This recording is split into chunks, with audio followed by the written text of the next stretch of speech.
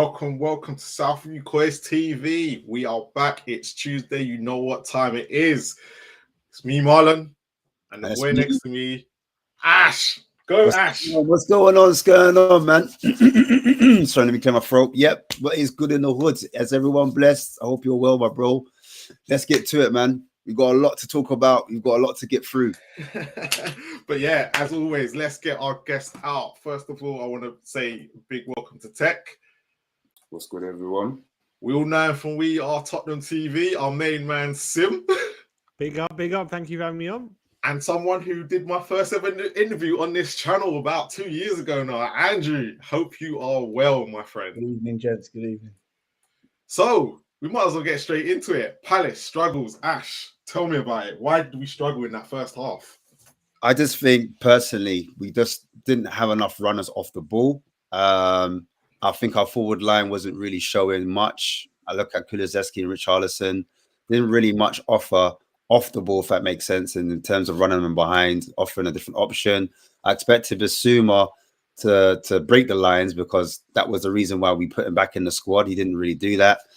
I think we just struggled a little bit against low block. We lacked a bit of creativity. Maddison dropped in, and when Maddison drops in, sometimes there's no one ahead of him to kind of fill that void, fill that creativity. And you saw the likes of what's his face, the Welsh boy.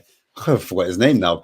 Fill in that left-hand role. He's not as good as your doggy. Do you know what I'm saying? When your doggy's in that position in the center, he's really good at doing that little half turn, that pirouette, or dribbling with the ball. And Ben Davies, he just offers very little to none. Do you know what I'm saying? Porro and Kulu I think they were kind of missing in the game as well. I need players that want it to show that body language, that I want the ball. And I didn't see that enough. And we didn't test their keeper nowhere near enough. I think Roy got the tactics. Roy the Rovers, he got the tactics spot on. And we really struggled, man. We really struggled a way to break them down, to find a way to get them out. Because they even had shots before us. How about that? So, yeah, that's how I saw it. Tech, how did you see that first half as well? Did you see us struggling as well? Biggest thing for me before the whistle went was Davies. Davies starting was I knew it was going to have a massive effect on the game. I mean, for starters, away to Palace anyway is a tough game. And as Ash alluded to, Roy got his tactics pretty spot on in the first half. But I knew Davies, which obviously caused Maddison to drop a bit, because I feel Adoji, the tactics we've been playing with, Adoji fills that role perfect, really complements Maddison. And Davies just didn't have it.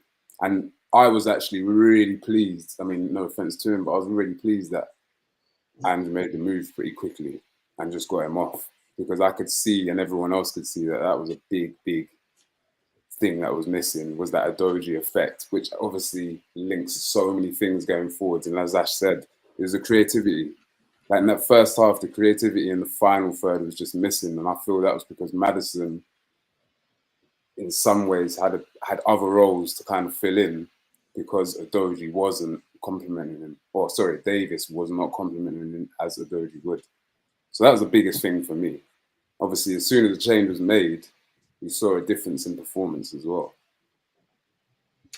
Andrew, I know you're not Ben Davies' biggest fan, but he's been mentioned twice. What are you talking about? Look, he's been mentioned twice. And Dombele, I love all of them, man.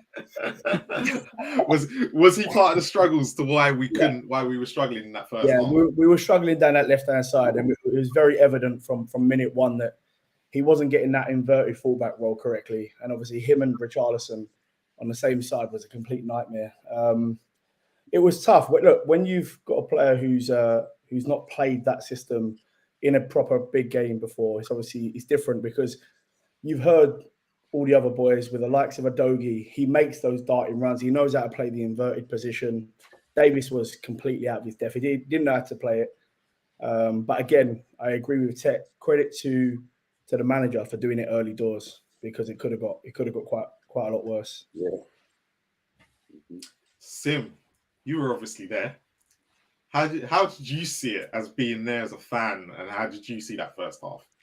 Well, this was one of the rare occasions that the game was on a Friday night, so because of that, we actually decided to have a few drinks before. So I don't know if you could ask me about how we did I learned. But no, obviously, look, I think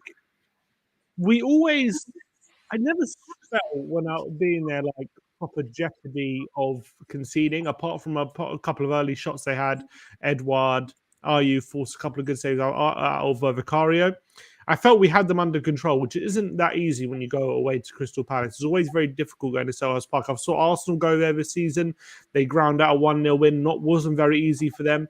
It's never easy going away to Palace side, especially managed under Roy Hodgson, who knows how to set up to frustrate. He's done it his whole career. He's a very smart manager. He knows what kind of where to basically frustrate us. And I think they're doing a great job in that first half of basically nullifying Spurs. We didn't help ourselves. I think sometimes we can be a bit guilty of maybe not moving the ball quick enough, just being too patient in a way. Although Postecoglou did say after the game that was kind of part of the game plan, just to stay patient. But you basically had a few problems. You had Basuma not doing his role, as Ash was saying, where he wasn't really breaking the line through his ball carrying ability that we know he has.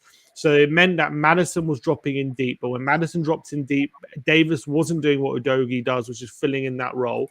And then you didn't have Richarlison taking responsibility really on the left-hand side. Apart from a few, to be fair to him, he's getting a lot of criticism for his performance, and I kind of agree with it, but he did have a few like nice first-time passes into feet to like connect the front line, but he wasn't really doing anything by himself, like taking people on, creating space in that way. So it just meant it was very, very stodgy. I think we were probably the first time this season we didn't put a shot on target in the whole first half. In any half, probably I would say. And Kulusevski wasn't getting involved. Son was pretty anonymous.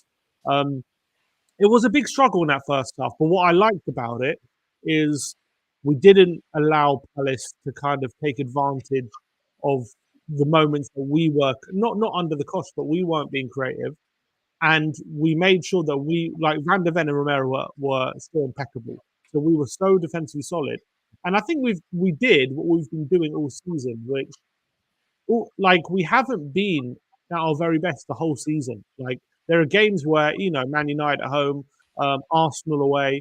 There have been games where we've been kind of not at our best, and teams have maybe asked questions of us. But we've always found solutions. We've found a way to overcome the challenges we've been faced, and I felt we did that in the second half. We started to play the game a bit quicker. I think the goals, both goals, in fact, were really well worked, even though the first one had an element of luck. But we had really well worked goals, and we found solutions to the problems that we were faced by this Palace team. Yes, they were frustrating us, but we overcame it. I think that's what we've been doing all season. So I think it's even more credit to the team for doing that. So, Sim mentioned a great point there. The defense was really good. Romero and Van der Ven were really good. Obviously, Davis had a bit of a poor first half. Royale comes on in the second half, Ash. Porro then leads up to the goal as well.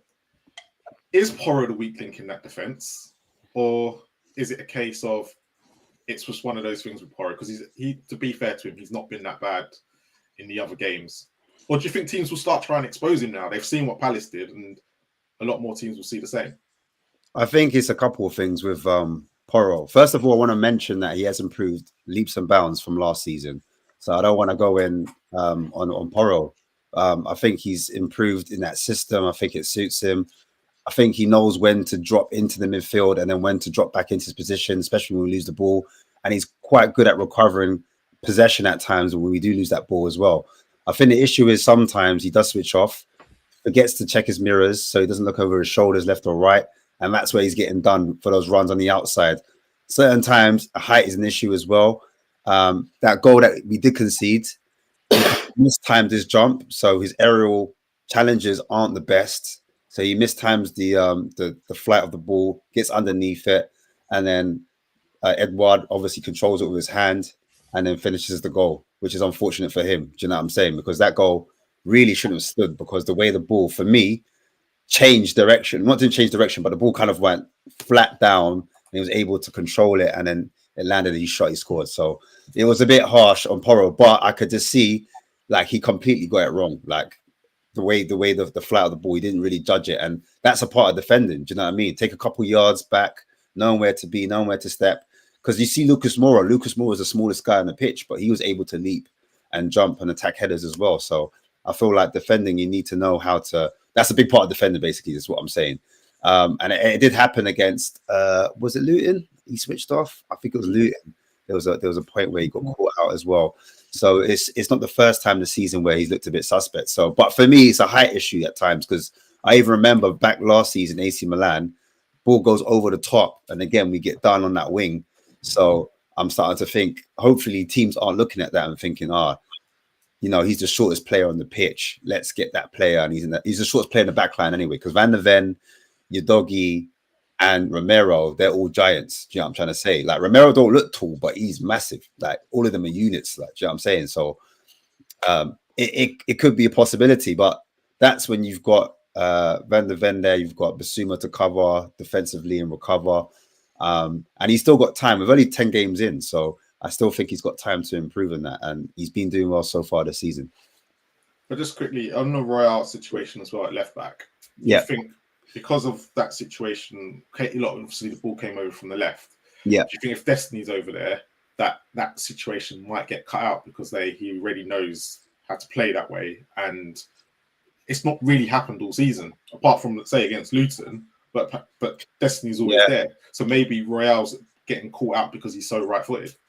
Yeah, I think so. I think Royale was doing well up until that point. I think it was like the last, it was like a small turn of like, I don't know, like the momentum just changed a little bit out of nowhere. We had complete control, and then all of a sudden they figured out, let's switch to play, because that's how you kind of get at teams, if it's congested on one side, you quickly switch to play, and then all of a sudden you're in and goal.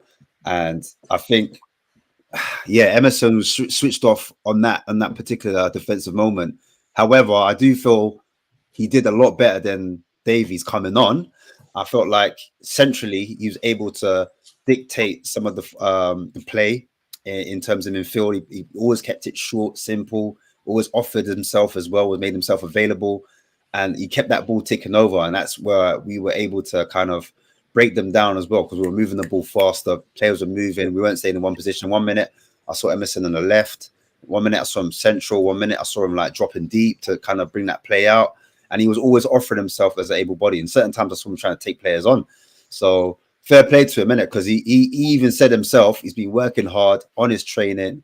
He's been looking after his nutrition. I don't like the irony. But yeah, so basically, like, he's been doing his thing. So I have to rate it. He's not there full time, and it's hard to come and fill in, especially like halfway, like half time you're coming on for someone else, and you got to get up to the game. I know it was late on when it happens, but yeah, it can happen to anyone switching off at any point in the game. Sim, I'm going to come to you quickly on the Porro situation as well. Are you concerned now teams are going to start seeing a weakness on that side with Porro, or it will just be we'll cope with it as we have been doing in the last few weeks?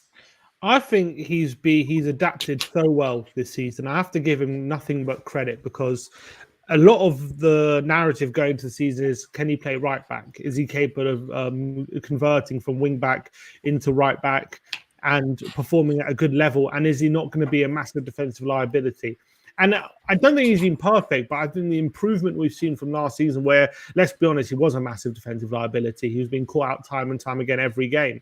And he wasn't really a player who you believed you could really trust defensively, albeit we saw a lot of quality going forward. I think he's really turned up that element of his game. And I think he's improving week on week, in my opinion, on that element. And even in some mid games, Arsenal, he was brilliant. I thought Man United, I thought he played really well. So for me, I'm not concerned, because I'm seeing improvement. Yes, he's not perfect. He's still got a bit of learning to do. He's still young. People forget he's, I think, 23. I'm trying to remember where Kyle Walker was at that age. Like, I don't think he was the finished product at all at 23 years of age, albeit he was playing probably week in, week out at Tottenham. But it wasn't until probably he was in his mid-20s, probably, maybe, or 20, probably, a bit old, maybe around Porro's age, where we started to see him really hit his stride, Kyle Walker. So I still think Porro has got a lot of learning to do, but I'm not worried about him, because I'm seeing him get better, and we know how much quality he's got going forward. He's got an amazing pass on him. I think some of his passing in general play goes really under the radar and how it helps us break the press. Like when he's passing from deep, these long passes into like Maddison and Basuma, really accurate, which are really impressive. But defensively, I think he's been good. I don't have too many complaints. He's not perfect. Don't get me wrong. I want to see improvement, but I think he's been really good, and I'm not worried about it at all. Andrew, I wanted to bring you in on not just Porro, but his backup, which is Royale. And I know your feelings are Royale. This is why I'm bringing this question to you. I was waiting for it. You know why? Because me and you were speaking about Porro and Royale at the start of the season, and I told you I don't want Royale in front of Porro, and you said to me, but Porro is not good enough. Right. So Porro has improved. So that's a key thing, right? Yeah. But Royale seems to be filling in now at left back because Davis is not good enough. Yeah.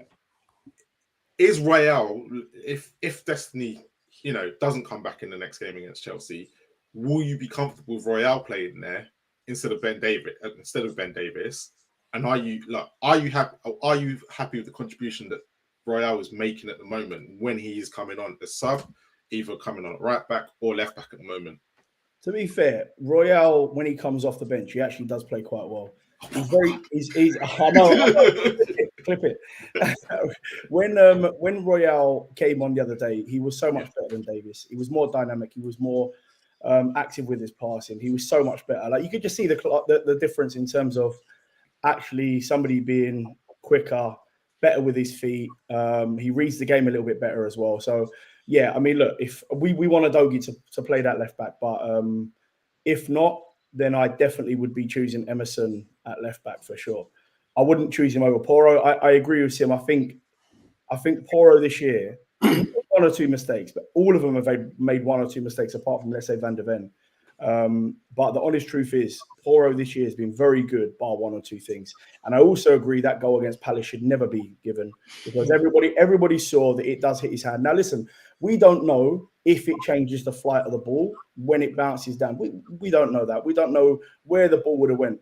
I'll tell you what we do know. It wouldn't have been that clean of a volley, though, if it doesn't hit his hand. So I don't understand how that doesn't get given. But listen, when you've got VAR wanting to replay games, you're going to get one against you. It is what it is.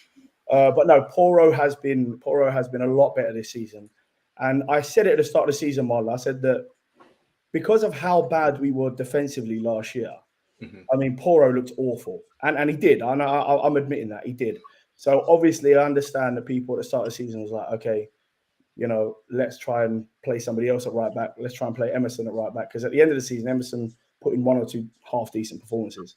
But no, I just think Porro is so much better. He gives us so much more aggression at the right back, even though he's not, he ain't no Kyle Walker, let's be honest. But he gets up the field really, really well. His passing ability is fantastic. And as Sim said, look, he's only 23. The older he gets, he's going to get better and better. So, yeah. Tech, I'm going to bring you in the same question with Royale. Is he better at filling in at left back because he's able to play the inverted fullback role better than Davis at the moment, and he can do it because he's been the backup to Porro? Yeah, that's exactly it. I feel, and I said this again before the game, I had a feeling with the whole Davis situation, that inverted role. I just feel Davis has never even had to attempt playing that for Wales, for anyone else. You know what I mean? And I feel Royale is just probably in a better... He's a more skillful footballer at the end of the day than Davis, I feel. So when you're talking about getting involved more centrally, Royale's a better option for me, behind Udogie, obviously. I wanted to touch on what Ash said. Well, Ash was talking about the defending by Porro. I just wanted to mention, I feel from both Royale and Porro, the goal was scored in stoppage time, right? Wasn't it 93rd or 94th minute, something like that? I thought it just came down to pure complacency. And if you look at the players, and out of all the players on the pitch, Porro and Royale are the first to be complacent when we're in a comfortable position, we're trying to see out the game. And I feel getting done in the manner he did, obviously the ball over it, I don't feel him being too short, or I don't feel that has anything to do with it. I feel Porro sometimes His intensity is great. I love his energy. But I thought you just got complacent. We're 2-0 up. We're 2-0 up. So you got complacent. Royale got complacent as well over on that side. Because Ash did say before then, Royale was doing really well. So I feel it was just, waiting for the ref to blow that whistle. And you can't do that in the Premier League. You know what I mean? You'll get stung. And handball or not, we should have never been in that position. You know what I mean? So, but Royale and Poro are two, the right back and left back starters for me when Udogi's not playing. So, next thing I'm going to talk about, right? So, I'm going to bring up these names, right? And I'm just going to explain where they come from. So, James Maddison, Kieran Trippier, Bruno Fernandes, Pedro Neto, Szoboszlai, Alfie Doherty, Saka, Phil Foden, James Ward-Prowse, Mo Salah, and number 11 is Kulusevski. Right, so that list has been updated since last week, right? Because he was number 7 last week. This is the most chances created in the Premier League so far. But yet, Kulusevski has no assist. Ash, what's happening with the enigma of Kulusevski at the moment? It's a difficult one because we all know his talent. We know about his ability on the ball. We know he's really good at receiving the ball. He's strong. Dribbling he's really good at as well. He's actually one of our players that we can use him as an outball. But I think the weakness in Spurs has to be our wing forwards. I think that is an issue, and Kulusevski is a part of that, in my opinion. I look at other teams, and I look at Liverpool, and I think they've actually got a goal threat on those wings. I look at Aston Villa, and I think they've got a goal threat on those wings.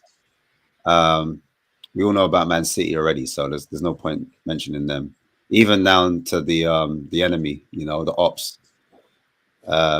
They've got Saka. Do you know what I'm saying? So I look at Kulusevski. Does he offer? If you're not gonna bang goals, because I want someone on the right to take the responsibility off Son. Do you know what I'm saying? Son can't be our only outlet, or Son and Maddison can't be our only outlet. You need your wingers to actually bang. And I think Postecoglou even mentioned it, saying, we're not quite there yet. We're not quite fluid. We're not quite attacking the way we should. And that was before the Palace game. Imagine that. So Palace game happened now, and then it was evident again. And we all know what Kulu can do. That's the thing about it. Like, if we check back on that loan part of the season, his decision making was what was making him get so many goals and so many assists. And I feel like his decision making at the moment is letting him down. I feel like sometimes he's in a position to shoot and he's not. He's in a position to pass and he's not. He's in a position to go on the outside and do something a little bit different, and he's not doing that. What I did see in the game towards maybe the second half, when Son did drop off, he was trying to fill into that into the 9 role at times, and he did try to drift off to the left certain times before he went off.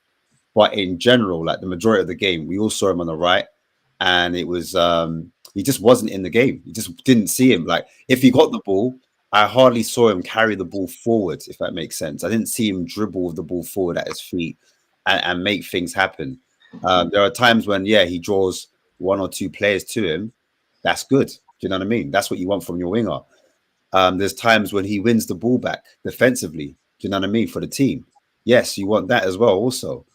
But in terms of, like, he's not the most dynamic, as in terms of, like, running in behind, like, agility-wise. He's not that type of profile player where the next level for us to push on, you need Kulusevski scoring, I would say, between at least 9 and 10 goals. Do you know what I'm saying? He's got 2 already, but now is the time he needs to step up.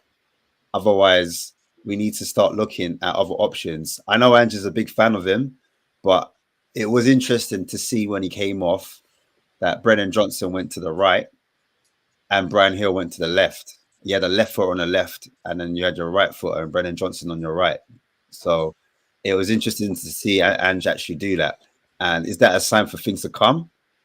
Who knows? But, like, for me, the front three have to be fine. We already know about Richarlison, and people are quick to slate Richarlison. So you have to give that same energy, I feel, to Kulu, even though I know he's got more money in the bank. And I think that's what it is. I think that's what it is with Spurs fans, because he did what he did on loan. Everyone's kind of got that soft spot for him, and he has scored 2 goals. Yeah. Do you think though, right? Richarlison, Kulu's unlucky that the chances that fall into people, they're not finishing them.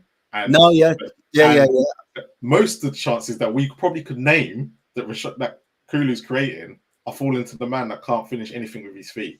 No, you're right. And I feel like with Brennan coming in and the way he's playing, I feel that will balance out those numbers. I think you'll start seeing returns from Kulusevski in that position. I think Brennan is the key. I feel like he's the antidote, almost like something like if you've got a virus, then he's like the medicine. Do you know what I'm saying? To balance Spurs attacking front three, he needs to be on that pitch and needs to be starting, because I feel when he came on against Sheffield United, instantly you saw it. When he started against Arsenal, it was this threat. And the game before Crystal Palace was Fulham. Didn't look quite as like ferocious, but then he corrected that against Palace. He just came in. He wanted to run in behind.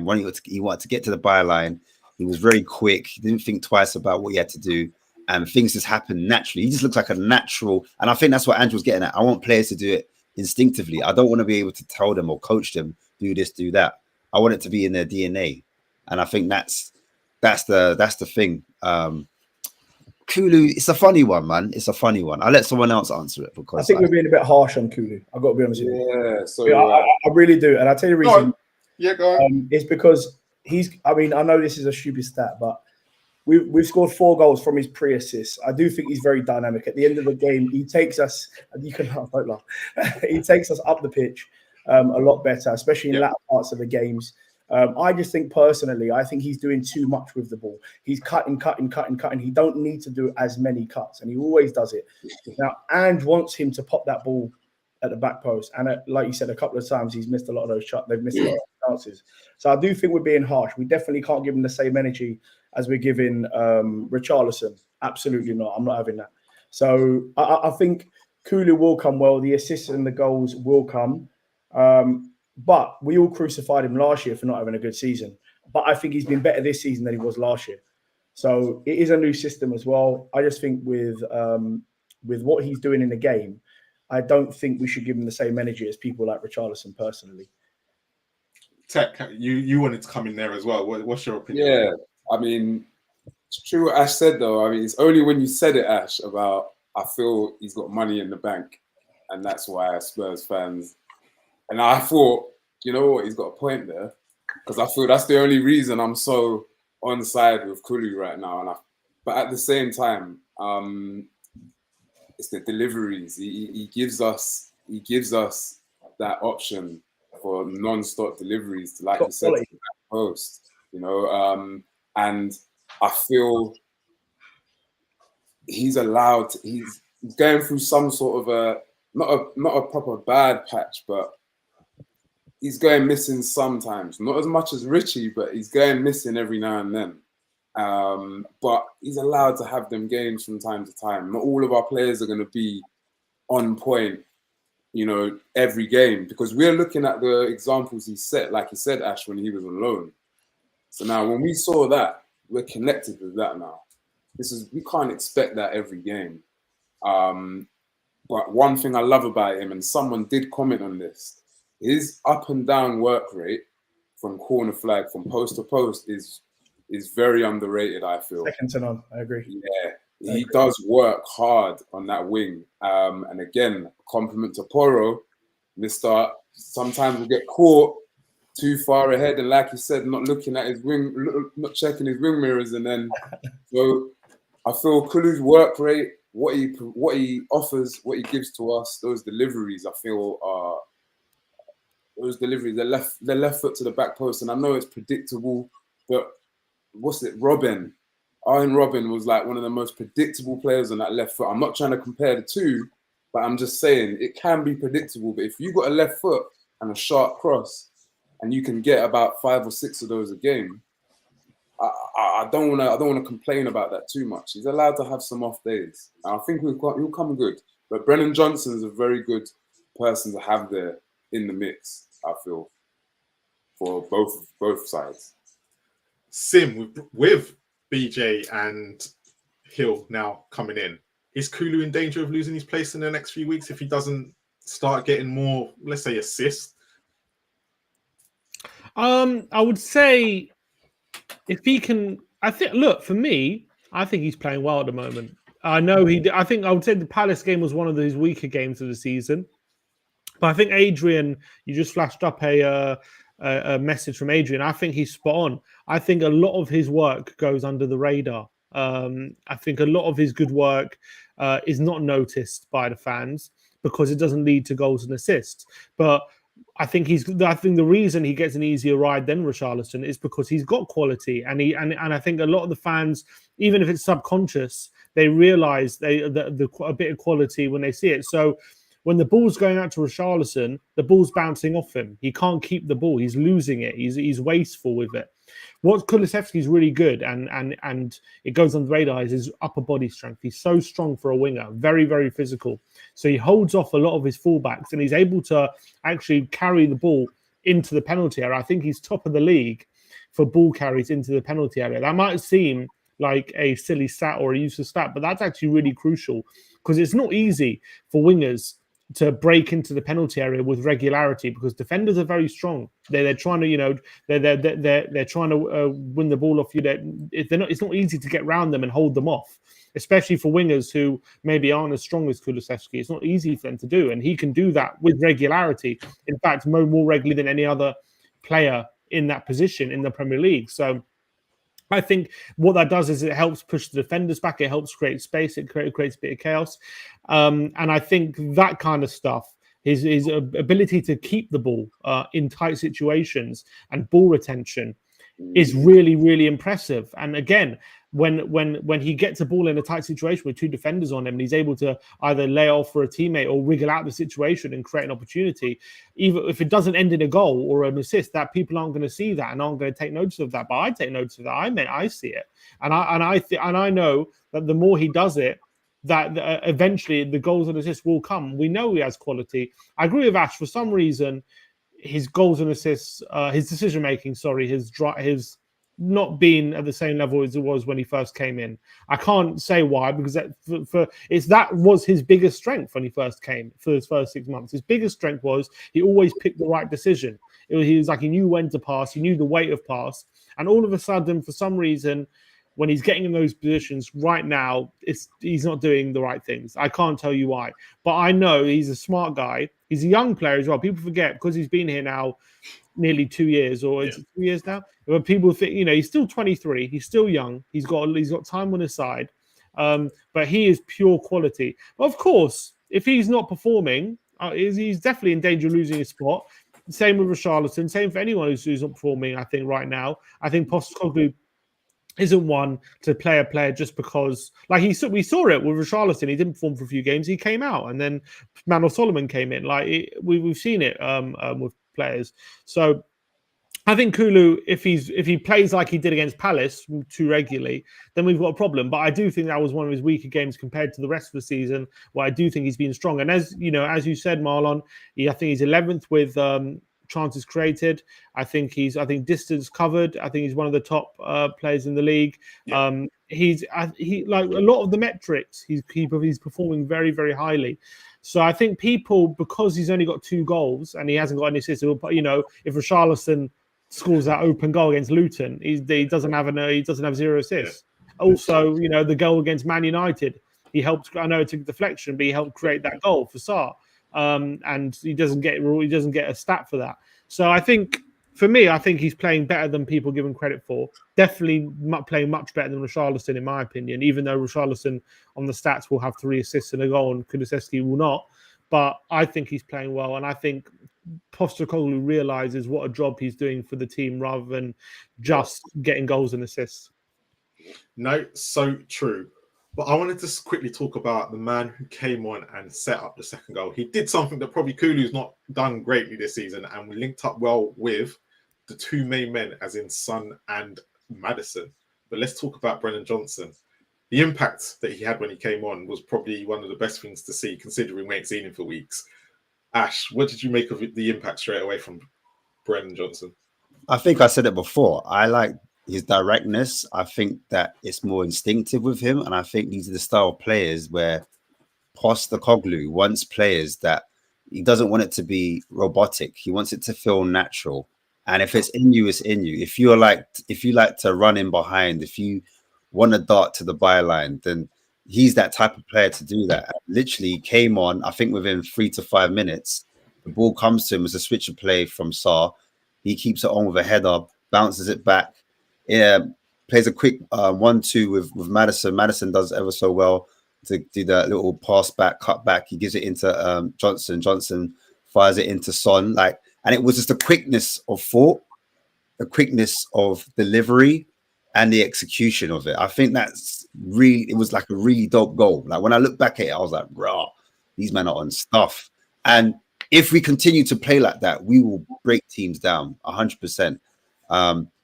Again, like he did that. There was another chance as well where he came on. I think it was on the right-hand side this time. It was a little bit later on in the half. And I think he tries to fire it across. There was one chance on the left-hand side. Again, he's tried to fire it across. So straight away, he's trying to get to the wings and he's trying to unsettle the defense by quick thinking and being direct. And yeah, he just looks like something that we need, something a little bit different to what we have already. And I like the fact that he can be on the left-hand side and he can also be on the right-hand side, and it will give you the same threat. Some players, when you move them to a different wing, you might see less of a performance, or you might see them down tools. But with him, I feel like he's just happy to be here and he's just energetic and he's just got a lot of quality. And also, he's young as well. So I think his ceiling could be a lot higher than most people actually think. A lot of people watched him from Forest. I looked at him at Forest. I thought he was quite good at Forest. I'm not going to lie. I know a lot of people weren't happy with the transfer, but I remember him and Gibbs, them two stood out to me. And when he came to Spurs, I know the price tag, everyone looked at him and thought, oh, man. But same time, Premiership proven, like, I get it. I understand why. You're going to have to pay for certain players that you want in that position. But yeah, I personally think he might be the missing puzzle in our attack, and he might help Kulu, because that chance falls to that chance falls to Brennan Johnson. Brennan Johnson might put that one away, if that makes sense. Do you know what I'm saying? If Kulu fires a ball into Brennan Johnson's already running onto it. He's already, and also, when you're playing football and you look up and you know that brother's going to be running in, like you just look up, you just like, yeah, Brennan's going to be there. That's what you're going to get with him. Richarlison, you're not going to get that same off the ball threat, if that makes sense. And I said already, I look at even Brentford with Bremo. When I look at him on the right-hand side, goal threat. Do you know what I'm saying? Aston Villa, we look at Diaby, goal threat. If we're going to be a top team, and this is the reason why I was being so harsh with Kulu, and I do concede that he does a lot for the team defensively, but if we're going to be in that ilk or that conversation where we're pushing on those fronts, we need a goal threat. Or if it's not a goal threat, you got an assist. I'm sorry. Like I appreciate defending and all of that, but I feel like Brennan Johnson will give us that dimension. Sim. Yep. Do you feel like Brennan Johnson's going to fit the Ange system more? It's going to be more suited to the Ange system than what we've had on that left-hand side in the last few weeks? To be fair, I thought Manor was doing a fairly decent job when given the chance, albeit I wasn't 100% sure whether he was going to provide enough quality in the final third.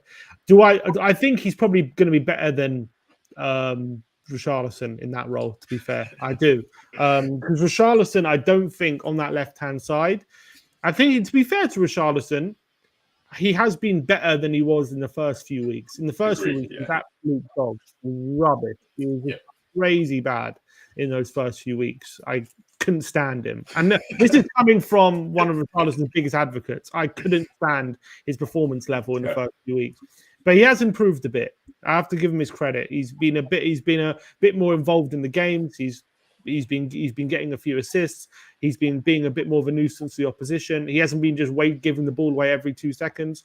So a bit of improvement. But What he still doesn't do enough is he doesn't take on his fullback and cause enough problems for the fullback on going on the outside or the inside.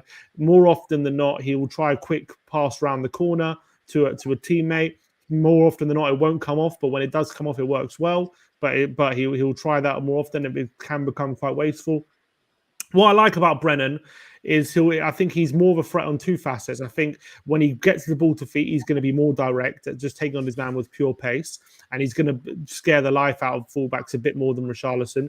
Richarlison, I think, likes to be a bit more physical, likes to be a bit closer to his defender when he's taking him on, and it leads to him, if he's not physically dominating him, it leads to him losing the ball quite often, unfortunately.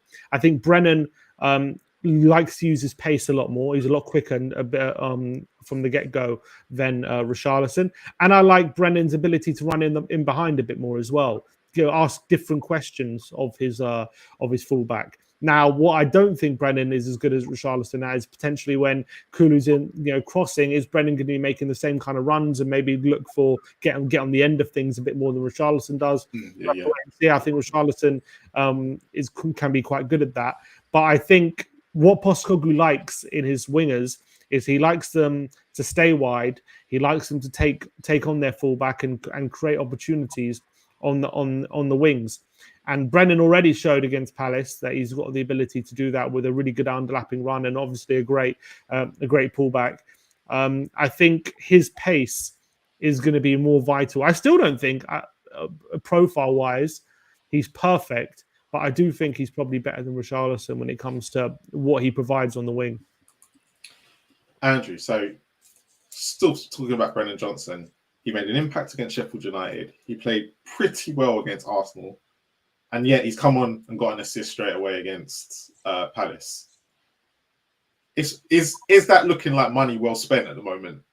Who are you talking about? Brennan Johnson still. Oh, no, listen, Brennan Johnson I like. I'm not going to lie. I liked him against Arsenal. I thought it was a very dangerous game to throw a young man in like that at, to be honest with you. I was a little bit sceptical when he threw him in against Arsenal. I was like, this is a big decision. And I thought he handled it very, very well. I thought he was excellent against Arsenal. I thought he was excellent the other day when he came on. I thought obviously he was unlucky with his injury. And I'm going to choose him every day of the week, twice on a Sunday over Richarlison. I'm not having Richarlison. I'm sorry, boys. I know we're trying to be positive. Sometimes you need someone like me to bring a little bit of controversy to the channel. And I have to say that I'm not having any. I know that Richarlison was good when he came on against Sheffield United. I get it. I understand. But what he has missed in terms of chances and opportunity, I look at him as a very reactive football player. Okay, he's always flat-footed. He creates fouls and loses the ball because he's so flat-footed. You look at Brennan Johnson, he is a proactive footballer who wants to be on the ball, who wants to create stuff, who wants to pick out space. You don't see any of that from Richarlison. So for me, it doesn't even get close. I don't even understand why he keeps on still playing Richarlison on that side. Obviously, possibly because Brennan Johnson's been he's been injured, but I like the directness of Brennan Johnson. He's always on his toes. Literally came on and you saw what he done because he was just on it from minute one. And he done more in 4 minutes than Richarlison done in 71. So at the end of the day, and by the way, I'm not being harsh on him because that was the one game we're talking about. I'm talking about all of the games apart from when he comes off of the bench. When he starts in a game, he's not effective at all. He goes in his own shell. He becomes very reactive. He's never on the ball taking on players. He tries to do stupid shit. So I'll give you an example. Sorry, excuse my language. When he got brought off, I think it was at Fulham at home. People don't realise why he brought him off. I was there because I'm on the touchline on row one, and he's literally in front of me. And the ball's bouncing. And instead of just controlling the ball, getting the ball down and going, he's trying to do a stupid control on the back of his on his back. And I thought something. And you know what the first thing I done, Marlon? The first thing I done was look at the manager. Swear to you. I swear to you. The first thing I done was look at the manager. He done it. He messes up his first control. He gives the ball away. And Paulinho goes. Yeah. First thing I've done is I had a look at Ange. And you know what Ange done? He went, he ain't having that. You can't do anything like that. Listen, someone like Son can't do stuff like that. No, you can't be arrogant in a game like that. You're winning 2-0. It can change very, very easily. The atmosphere also changed quite quickly when he took off Son and Maddison. So, when you've got players like that, I just don't think that they suit our style of play. I don't think they're good enough technically. I think they switch off and do stupid stuff Like you saw Bruno Fernandes the other day, and like you see a lot from a lot of Man United players, to be honest with you, but you see that a lot from specific players. And Richarlison, he doesn't get a lot of praise because he doesn't do a lot of things good. I'm going to be honest with you. And it showed in 4 minutes what Brennan Johnson done was better in 71. So at the end of the day, you know, I just think Richarlison needs to look at himself a little bit. And he's the one that should be getting stick, not Kulusevski, not anyone else. The one that starts on the left for me is Brennan Johnson. He's had one half against Arsenal, and he played the other day, and he's automatically being better, and he's got an assist than Richarlison. So I know Richarlison had a good game against Sheffield when he came on, and he saved us, and we all celebrated in the crowd, and it was fantastic. Lovely, thank you very much. But at the end of the day, when you've got someone doing stuff like that, and then losing the ball, and then Paulinho nearly scoring up the other end, come on. You haven't scored 25 goals to do that. Especially he's doing a stupid back control when he can't control a ball. Like, he can't do the simple things right. He can't make a simple pass. You know what, Tim? Honestly, when he done it, all of us fans, we looked at each other like, is this guy serious? Like, he don't help himself. Exactly. I wouldn't mind. Of course, listen, we're Spurs fans, right? We want to, you know, big up all of our players. We want to support all of our players. And I'm not throwing everyone under the bus like I did last year with Ndombele.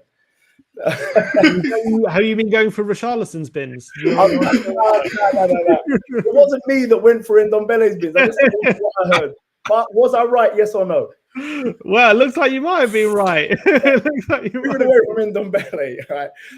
He reminds you of Ndombele. He's very reactive, Richarlison.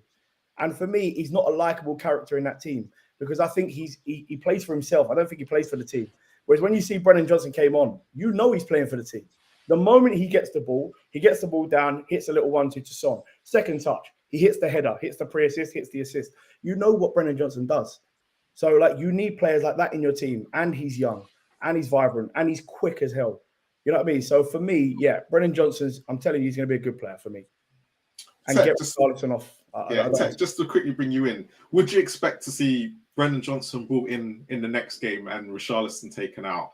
And just to quickly add on to that, is Richarlison just getting, like, a lot of people are expecting Richarlison to turn it on because technically, I don't agree with it. They say he had a good World Cup and he's the number 9 for Brazil, right? But why is it when he puts on that white shirt for us, he's no good? Even for Brazil recently, he's been poor. So Brennan definitely should start the next game. He probably will start the next game. In terms of Richarlison, I think for me personally, I think it's probably the same with loads of other fans right now. We're kind of still having flashbacks of Richarlison at Everton. It's funny because Brennan Johnson, how he plays now, reminds me of Richarlison when he was at Watford. Was it Watford? Yeah. Reminds me of Richarlison slightly with Watford. Very direct. And I don't know what's happened. Even at Everton, I still remember him being a player that was going at defenders and taking them on.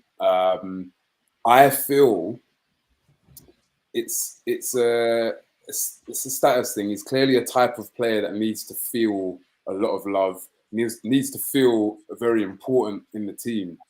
You know, so I think because he's going through this phase where, you know, he's in his head. He's a player that's, you know, really wrapped up in his head at the moment. And I think we're all just hoping, well, I am at least, hoping that once he comes out of his shell a bit and starts to get a few more assists, starts to bag a couple of goals, we'll start to see a Richarlison of Everton.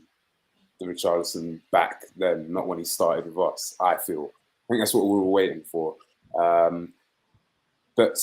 Ash, remind me what you said earlier. You just said something earlier about Richarlison, and it's something I kind of disagreed with, but I totally forgot what it was.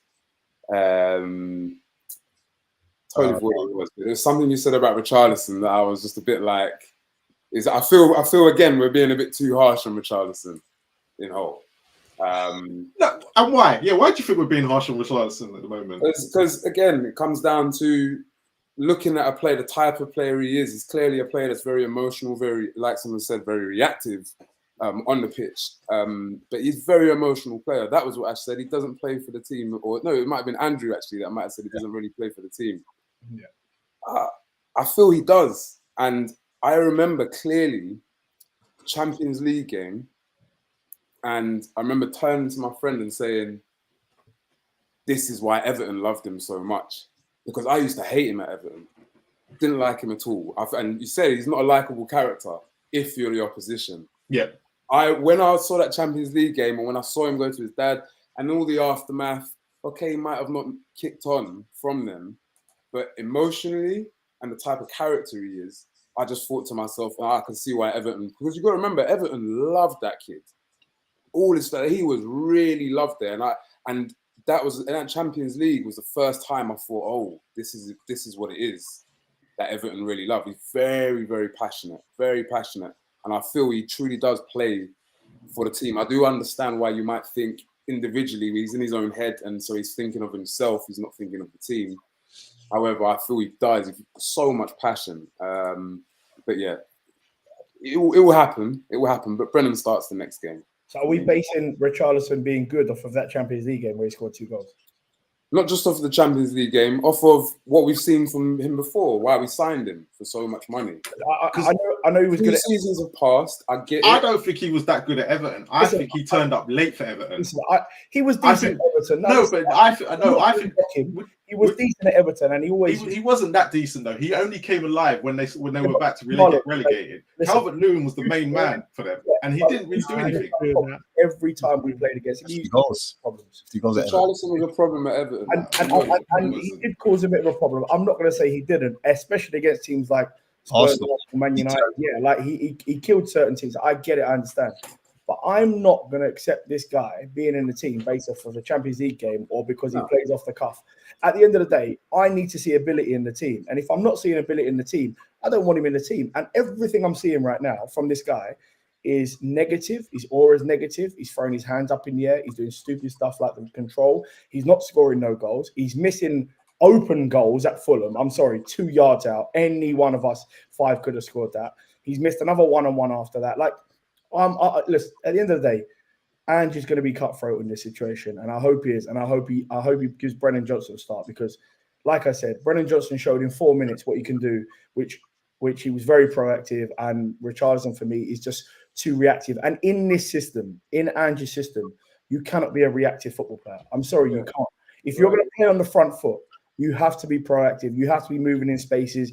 You shouldn't be having Son telling you to drive into spaces, which is what he done the other day, by the way. Like, you should know how to play that role. If you can't play that role, you shouldn't be there. Like, I'm telling you that Brennan Johnson didn't get told by Son or Maddison to drive off the left-hand side to the byline, cut in and drive at the ball. Like, you don't need to be told that as a left winger. I'm sorry. So the stuff that he done in the Champions League game and against Sheffield United, it was good. Don't get me wrong. But why is it every single time this man starts, he's pony? Just a quick one, Andrew, and the guys as well, or the panel. We've likely been linked with a player that's been struggling at a certain Manchester team. He goes by the name of Jordan Sancho. Now, I'm not a massive fan of what he did at United. Actually, it wasn't too bad. That's my boy, because he's from Camberwell. So. He's from up the road, isn't it? He's from Camberwell. No, I'm still not having him. You've been lightly linked to him, so we're gonna look at him. Yeah, all right. That shit stinks. It was Dembele part 2. Yeah, really got one. Anywho, here's his heat map, and I'm gonna look at his his green bar, his toolbar. We're looking at Dortmund Sancho. Is this United? This is Dortmund Sancho, but you know what? United Sancho, his stats at United aren't that bad either. But I'm looking at Dortmund Sancho because United Sancho kind of, like you said, mentality is a little bit off.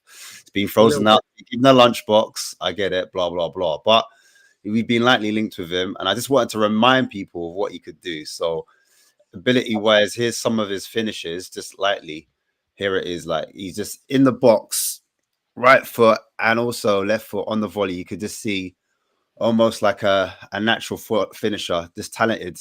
And this is his younger days as well, where he's just finishing right foot, left foot, arriving on the penalty spot, arriving far left, middle, right, you name it.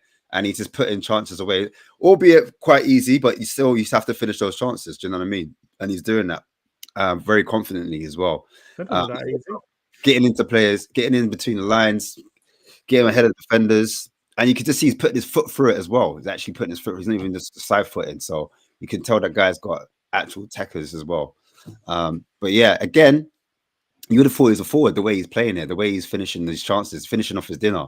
And if we were linked with him and Ange did want him, it's all down to Ange. If Ange had won him, this is a guy that's good at 1v1s. So a player, a bit like, what we have in Solomon, but of course he's done it at a better or higher level, I would say, than what Solomon did in what was it? Not Turkey.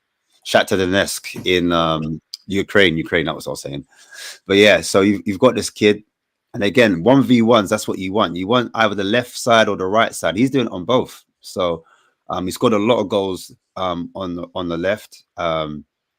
Sometimes they see him as a right winger. At United, they pushed him on the right. Some people might argue his best position is on the left. But either way, he's versatile. He can do either wing when he's confident, when he's shown that love. And I feel like a lot of these footballers, they need to be shown that love at times to get the best out of them. He's a young kid, and you could just see him doing it time after time here. You're making a great case to bring back Ndombele, Ash. Boy, listen. And on that note, I'll close it. I was going to show some stats comparing against other players, but I trained his dad a couple of times. Let's compare him. Like, all right. You guys said earlier, right? Richarlison, right, was good at Everton last. Well, let's just go to last season, right? He scored 10 league goals last year. Jadon Sancho, right, who's just pointed out, right, scored 6 goals for United last year. So he was only 4 behind Richarlison, but yet he had a bad season. But he was frozen out the team. There you go. But this is what I'm saying. But you lot have all said that Richarlison had a good season at Everton. Yeah, another one I'm probably going to get stick for, right? I'm agreeing that Sancho is a better option. But Yeah, Richarlison going. Was that Richarlison's last season? Richarlison's last season scored 10 league goals, 7 the year before. But yeah, Jadon Sancho had a bad season last year for United. How many assists did Richarlison get that Everton season? See, I ain't got the assist in front of me, but I'm going by goals. Marlon, I trained Jadon Sancho's dad a couple of times. You know where I work. Yeah. I trained him a couple of times, and I'm not joking. We didn't get into it too much. And the one thing he said to me is how Man United have treated Jadon Sancho is incredible, and they're all shocked. Everyone in that place is shocked, including. I mean, it's surprising because you're talking about Man United. You're talking about one of the biggest institutions in world football. So, but if you speak to Man United fans, so they say it's terribly run. And some of the stuff that he was saying in terms of being isolated, the manager doesn't even chat to him. Like the manager didn't even want him in a training ground. Obviously, you can see that now. Like he has had a tough ride at Man United. I would definitely take him because there is a player in there, a player that we saw at Dortmund, and that player could do a seriously good job for us. I agree. No, I'm just comparing it to Richarlison, who had a good season last year, apparently, to you lot. Sancho. Sancho has a lot more quality than Richarlison. Yeah, Sancho. Yeah. You know that. Yeah. So I don't think there's I don't think anyone on this panel would dispute that Sancho has more quality than Richarlison. No, he's quality, yeah. But it's a question of mentality, a question of if he can get his head right. I agree. That's the big question. And I was a big backer at the beginning in the summer. First of all, when this question came up in the summer, if Sancho was available, would I take him? I was like, hell yeah. Like, if we can get someone like him on our wing, I would be all in favor of it because I know the quality that he has. But I was also in favor of giving Ndombele another chance, and that's turned out to be horrific. We was all there with you, Sim. Don't worry. I honestly thought if Ange could get a tune out of Ndombele, if he can use his man management skills to get his mentality correct, we know what a talent he is. What about the McDonald's? Can he get that? But he wasn't able to do it. He wasn't able to do it. So I can't. I now it's a similar situation with Sancho. Obviously, it's not completely similar, but he seems to have a serious attitude problem. There's something that Man United haven't been able to get right for since he's been there, really. And last season, they let him go on a sabbatical, pretty much. They gave him like 6 months off to get his head right, and he's come back and he's still having serious issues with the management. He's still having serious issues. So I don't think Spurs can judge, because look, is he going to take a massive wage cut because he's the best paid player at Man United, isn't he, or one of them? He's on like 300 grand a week. So, I can't see how Tottenham could justify paying a player who has serious attitude problems that kind of wage. And we've had this before, and the whole point of Postecoglou's ethos right now is getting players like in the dressing room who have really good personalities and everyone like a family feel. And right now, you see how closely knit the squad is, and you see how everyone is getting on, and it's a really good vibe in the squad. You don't want to ruin that by putting a high-paid player just shoved in there to ruin that dynamic. Sim, I understand what you're saying. Sim, it will be impossible to ruin. It will be impossible. Have you seen Jadon Sancho's shoe collection and his style? Basuma, him and Basuma will be best friends, and sharing clothes and all sorts. Sim, can I ask you a question? Do you believe a player is going to play at his potential if you're being isolated from the training ground, if you're not being spoken to by any of the coaches, if you're not being played by the main man, the manager? Why has it happened? Why has it happened? He's clearly got issues at United. But look, we've all played football, right? If a manager is not talking to us in weeks and the coaches don't want to chat to us and no one's telling me why I'm not playing and I've just been bought for 80 million quid, okay, you're not going to feel like part of that team. And then they've made it 10 times worse. I agree they gave him a sabbatical, but they've made it 10 times worse by saying, okay, you know what you're going to do now is you're going to come through the reserve entrance. You're not allowed in the first team cafeteria. You're not allowed in the first team training ground. What's that going to do to a player? Do you honestly believe he's not? Andrew, you've made a point there, and a really good point. But why is Ndombele not getting the same treatment when it's for us? Why is it all right for Sancho but not all right for Ndombele? But what do you mean? Ndombele is not in our squad. He hasn't. But we bought him for 60 million. He's had 5 or 6 different or 3 or 4 different managers. Yeah. Right. He's not been settled.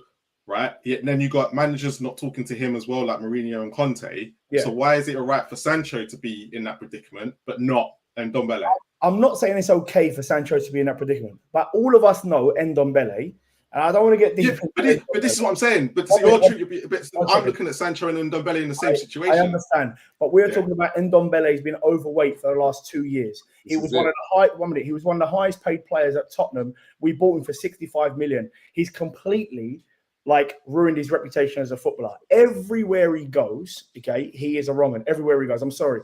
And not only because he's overweight, Galatasaray have thrown him out because he's 6-7 kilos overweight. This man is unprofessional. I personally don't think Sancho is overweight. I don't think he trains badly from what I hear. I just think the manager and the coaches do not like the guy. And Ndombele is a completely different situation. We've seen Ndombele over 3 managers. Sancho's had 2 managers and they haven't played. Yeah, Oli didn't get on with Oli didn't get on with him. I am not saying that Sancho is the perfect professional, but comparing him to someone like Ndombele, who is professional, we know Ndombele. The question I'm asking is this because you've got a personal affiliation with him, and that's why you're seeing it in a different light? Because if this was Ndombele, you've said a lot of things there, but Ndombele, you won't let it get away with it. But you're allowing Sancho because of the job that you do, and you've spoken to his dad and stuff. Are you allowing that personal thing to take over? No, I'm not. I tell you the reason why. Because 3 Man United managers have not played Sancho. I understand. And I'm telling you, there's definitely a problem with a little bit of his attitude, 100%. I don't think he's going into training and causing big risks. And I have to say that we're not just looking at 2 or 3 managers Tottenham with Ndombele. We're looking at 3 different clubs have said the same thing about Ndombele. You've only got 1 club saying the same thing. A couple of managers, by the way, Manchester City. The managers that got sacked for not doing well enough. So of course they need a player to throw under the bus. Harry Maguire was one of them. Sancho was another. I'm not saying Sancho is perfect. What I'm saying is when you have a manager when you have a team like Spurs who are completely freezing out Ndombele, and then you've got another 3 clubs who are saying the same thing. Nobody said, by the way, for example, the last 2 managers before Ten Hag hasn't said he hasn't been training right, hasn't said his mentality hasn't been right. They've said it's a confidence issue. With Ndombele, it hasn't been that. And go and look at his bins. You can see the reason why he ain't playing. You know what I mean? I don't care. Give me a stick. I don't care. At the end of the day, Ndombele is the most unprofessional footballer. So I can't put him against Sancho unless we see what Sancho is doing. I personally think if you get Sancho and you put an arm around him and you make him part of the group, not getting him to come into a reserve entrance and not allowed on the first team pitches. We didn't do that to Ndombele. You see what I'm saying? So like, they're completely disrespecting the player. And if I'm that player being disrespected, even if my attitude is not good enough, I'm not going to want to play properly. But that also raises another question, though. Is it because Man United act like a bigger club than we do? They're not acting like it now. They're not acting like it now because. But they're willing to do. When they're willing to put an £80 million player who's obviously had problems with Solskjaer. He's had problems with. I can't remember what's his name, the Austrian guy before, and now he's having problems with Ten Hag, right? And when Sancho left Manchester City, they were saying the exact same thing. He's got issues, right? Dortmund, because he was away from England, just seemed to be what worked for him. I understand, but Man United not acting professional. They're throwing everyone under the bus on TV, in the news. They're not acting professional. Do you think if Sir Alex Ferguson was there, this would be going on? The only reason why the David Beckham. But were we acting professional for the last 4 or 5 years? Possibly not. Maybe we could have done things better. No, maybe I agree with you. Yeah, but this is what I'm saying. Maybe we could have done things better. But I'm just saying, I think everyone does crucify Sancho. It's not because I trained his dad a couple of times. It doesn't mean anything to me at the end of the day. Like, I personally would take him because I think he ain't going to do that with Ange Postecoglou. He cannot do that with Ange Postecoglou. Personally. Can I weigh in on this? It's just I said at the beginning I wouldn't take him, and I still initially I'm not taking Sancho. And I'm just basing that off of what I've seen, the football I've seen. Every time I've seen him on the pitch, I'm just basing it on that. I will side with Andrew though in saying that it's just an attitude problem. And Ange Postecoglou being the type of manager he is, the type of guy he is, right? You've got to ask yourself the question, does he perform under a great manager, a man manager? Alex Ferguson, Andrew said, these problems wouldn't be happening if Alex Ferguson was there. And that's simply because Alex Ferguson is a very good man manager. I feel Ange Postecoglou is a very good man manager. And so it begs the question, although initially I'm like, nah, I don't want him. You do have to. You can't deny he's talented.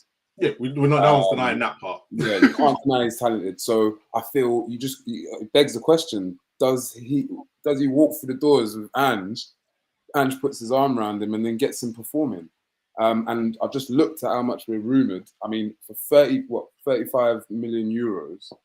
I'm not gonna lie, I would take that. To be honest, you won't get it for 35. No way. That's if it's what's rumored. If it's 35 million euros, I'm taking it straight away. All day.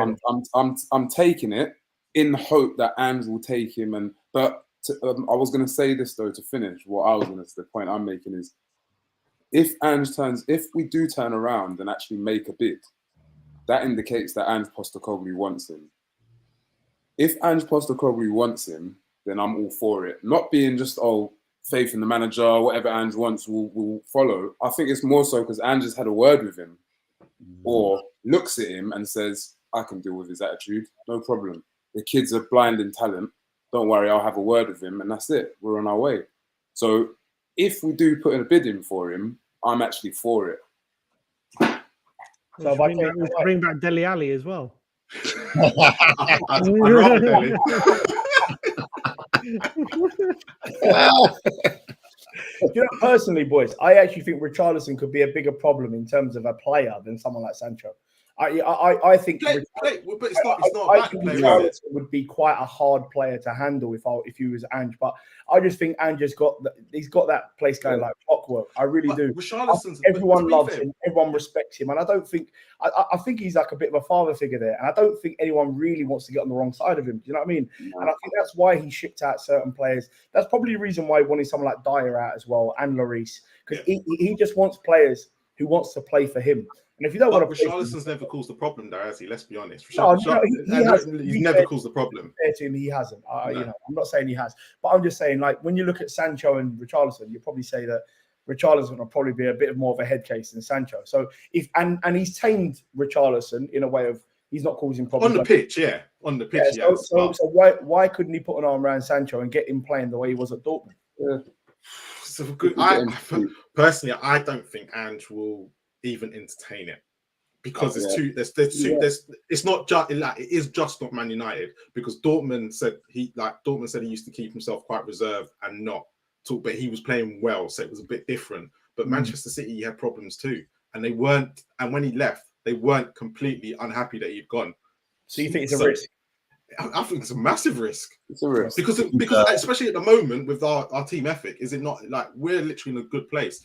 We've got players that want to come on and actually play. You ain't got Højbjerg, who's gone out the team and humping around. He's actually coming on, doing a job. Look at the performance he put in against Fulham.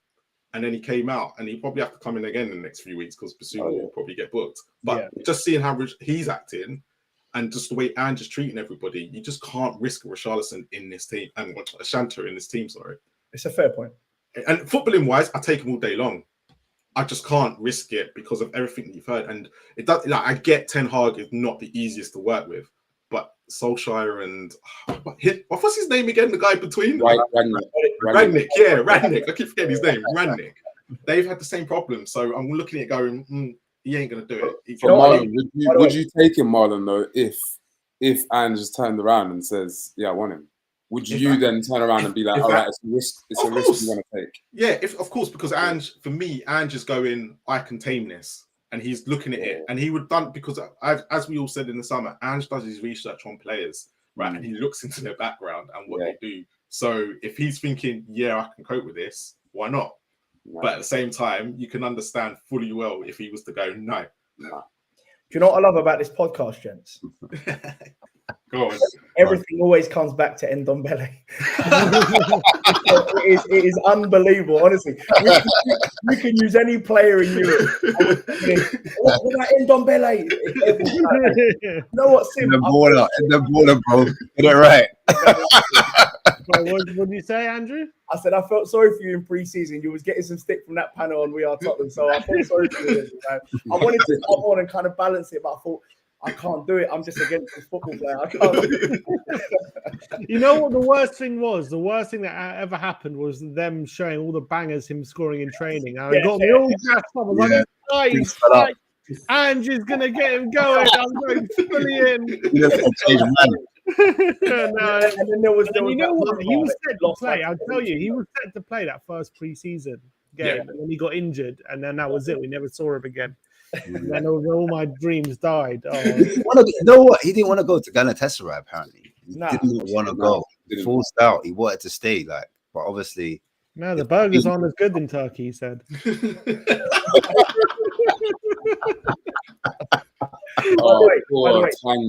It was Deliveroo, not burgers. Poor Tangy. Yeah, see, Louis remembers. Lewis. Yeah. So while we're speaking about Ndombele, let's quickly talk about Basuma, right? Because a lot of people said Basuma probably didn't have one of his best games against Palace. Now, really weirdly, right? When I did my match reaction after the game, right? Someone left a mention in my comments and basically said he thought he knew people would start slating Basuma as soon as they saw Bentancur back. And I was like, what do you mean by that? And he went, basically, because we've all got the history of Højbjerg and Bentancur playing so well together, everyone will start now critiquing Basuma's game, right? Because this is what he left me with stats. He said, this was the stats from the weekend. He said 64 minutes played, right? He had a 95% completion pass, so that was 61 to 64 passes. He had 3 out of 3 long balls completed. He had 8 out of 12 ground duels won. Good. Never made a foul, but we all know why. 1 clearance, 2 interceptions, and 3 tackles. But yeah, everyone is saying he's had a bad game, and that came from CJL8793. So if he's watching, or if he's going to be if he watches this back later, I said to him, I'll bring it up. Ash. Yes. What? Why are people now? You know what it is, my broski? It's because he's had such a high level in performances. Remember, 2 back-to-back man of the matches. Like I'm saying, the argument was between him and Maddison. Remember that. It was between him and Madders. Like people were like, one half was Madders, one half was Basuma. Do you understand? So we hadn't seen a player since Bentancur, or even since, because people weren't talking about Benny. No one was talking about Benton. Everyone was talking about Musa Dembele. That's who people were talking about. That's who he was getting compared to. That's why there was so much hype and excitement, and so much that the levels were just next. Do you know what I'm saying? When it came to him coming back now, and he's not, like I said at the start of the game, and Sim said it as well, he's not breaking those lines. He's not doing what he normally does. then all of a sudden, as soon as he misplaces a pass, or as soon as he dwindles on the ball and loses possession, like people notice that. You see what I'm trying to say? So I think that's where it was. And also where he lost the ball as well. I remember he lost the ball in the second half near our kind of box, near our area. And he kind of just switched off. And he's got those moments in him when he does that. He kind of just switches off for whatever reason. I don't know if it's complacency, where he believes in his own source way too much. And then he allows players to kind of run up on him. And then he does a little drop of the shoulder and then they kind of read it. And then that's how he loses the ball. But he just needs to sometimes just play it safe, just keep it ticking. Do you know what I'm saying? And then, like, yeah, those little things that people aren't going to get onto him for. Because I think literally nitpicking, because the stats you read out, and I watched it back and I was like, let me look again, because was he really that bad? It was literally, I think, 2 mistakes, bro. Literally 2 mistakes. But also, I feel like with Bentancur now has got goals. You see what I'm trying to say? He's got goals, he's got assists. Off the back end of last season, I think he had 5 goals by Jan. Do you know what I mean? 5 goals by January, right? Basuma hasn't got 1 goal yet. Do you know what I mean? I know he's playing a 6, it's a different role, because Bentancur was playing like in a double pivot, but he's playing more like a hybrid 8, if we want to make sense, like if that's a thing. But Basuma's playing further back, innit? So, like, obviously against United, he was getting forward and he was doing like Cruyff turns and little cutbacks inside the box, putting man like Casemiro on his back like a beetle. So I get it. Like, everyone was excited, like, oh my days, obviously this is the Brighton Basuma, we've been waiting for this. So that is the reason why I think people were jumping on Basuma, and then Bentancur come back, and we remembered the old days, nostalgia, when he came in. Remember when he took over Winks? We had to deal with Winks, sideways passing, backwards passing, and then all of a sudden, you've Winks got was a logo, bro. He just came on old days. He literally came on, he passed at the stadium was like, ooh. Like, a pass. Oh my God. You know what I mean? Exactly. Onto a player, and he's further up the pitch. So, yeah.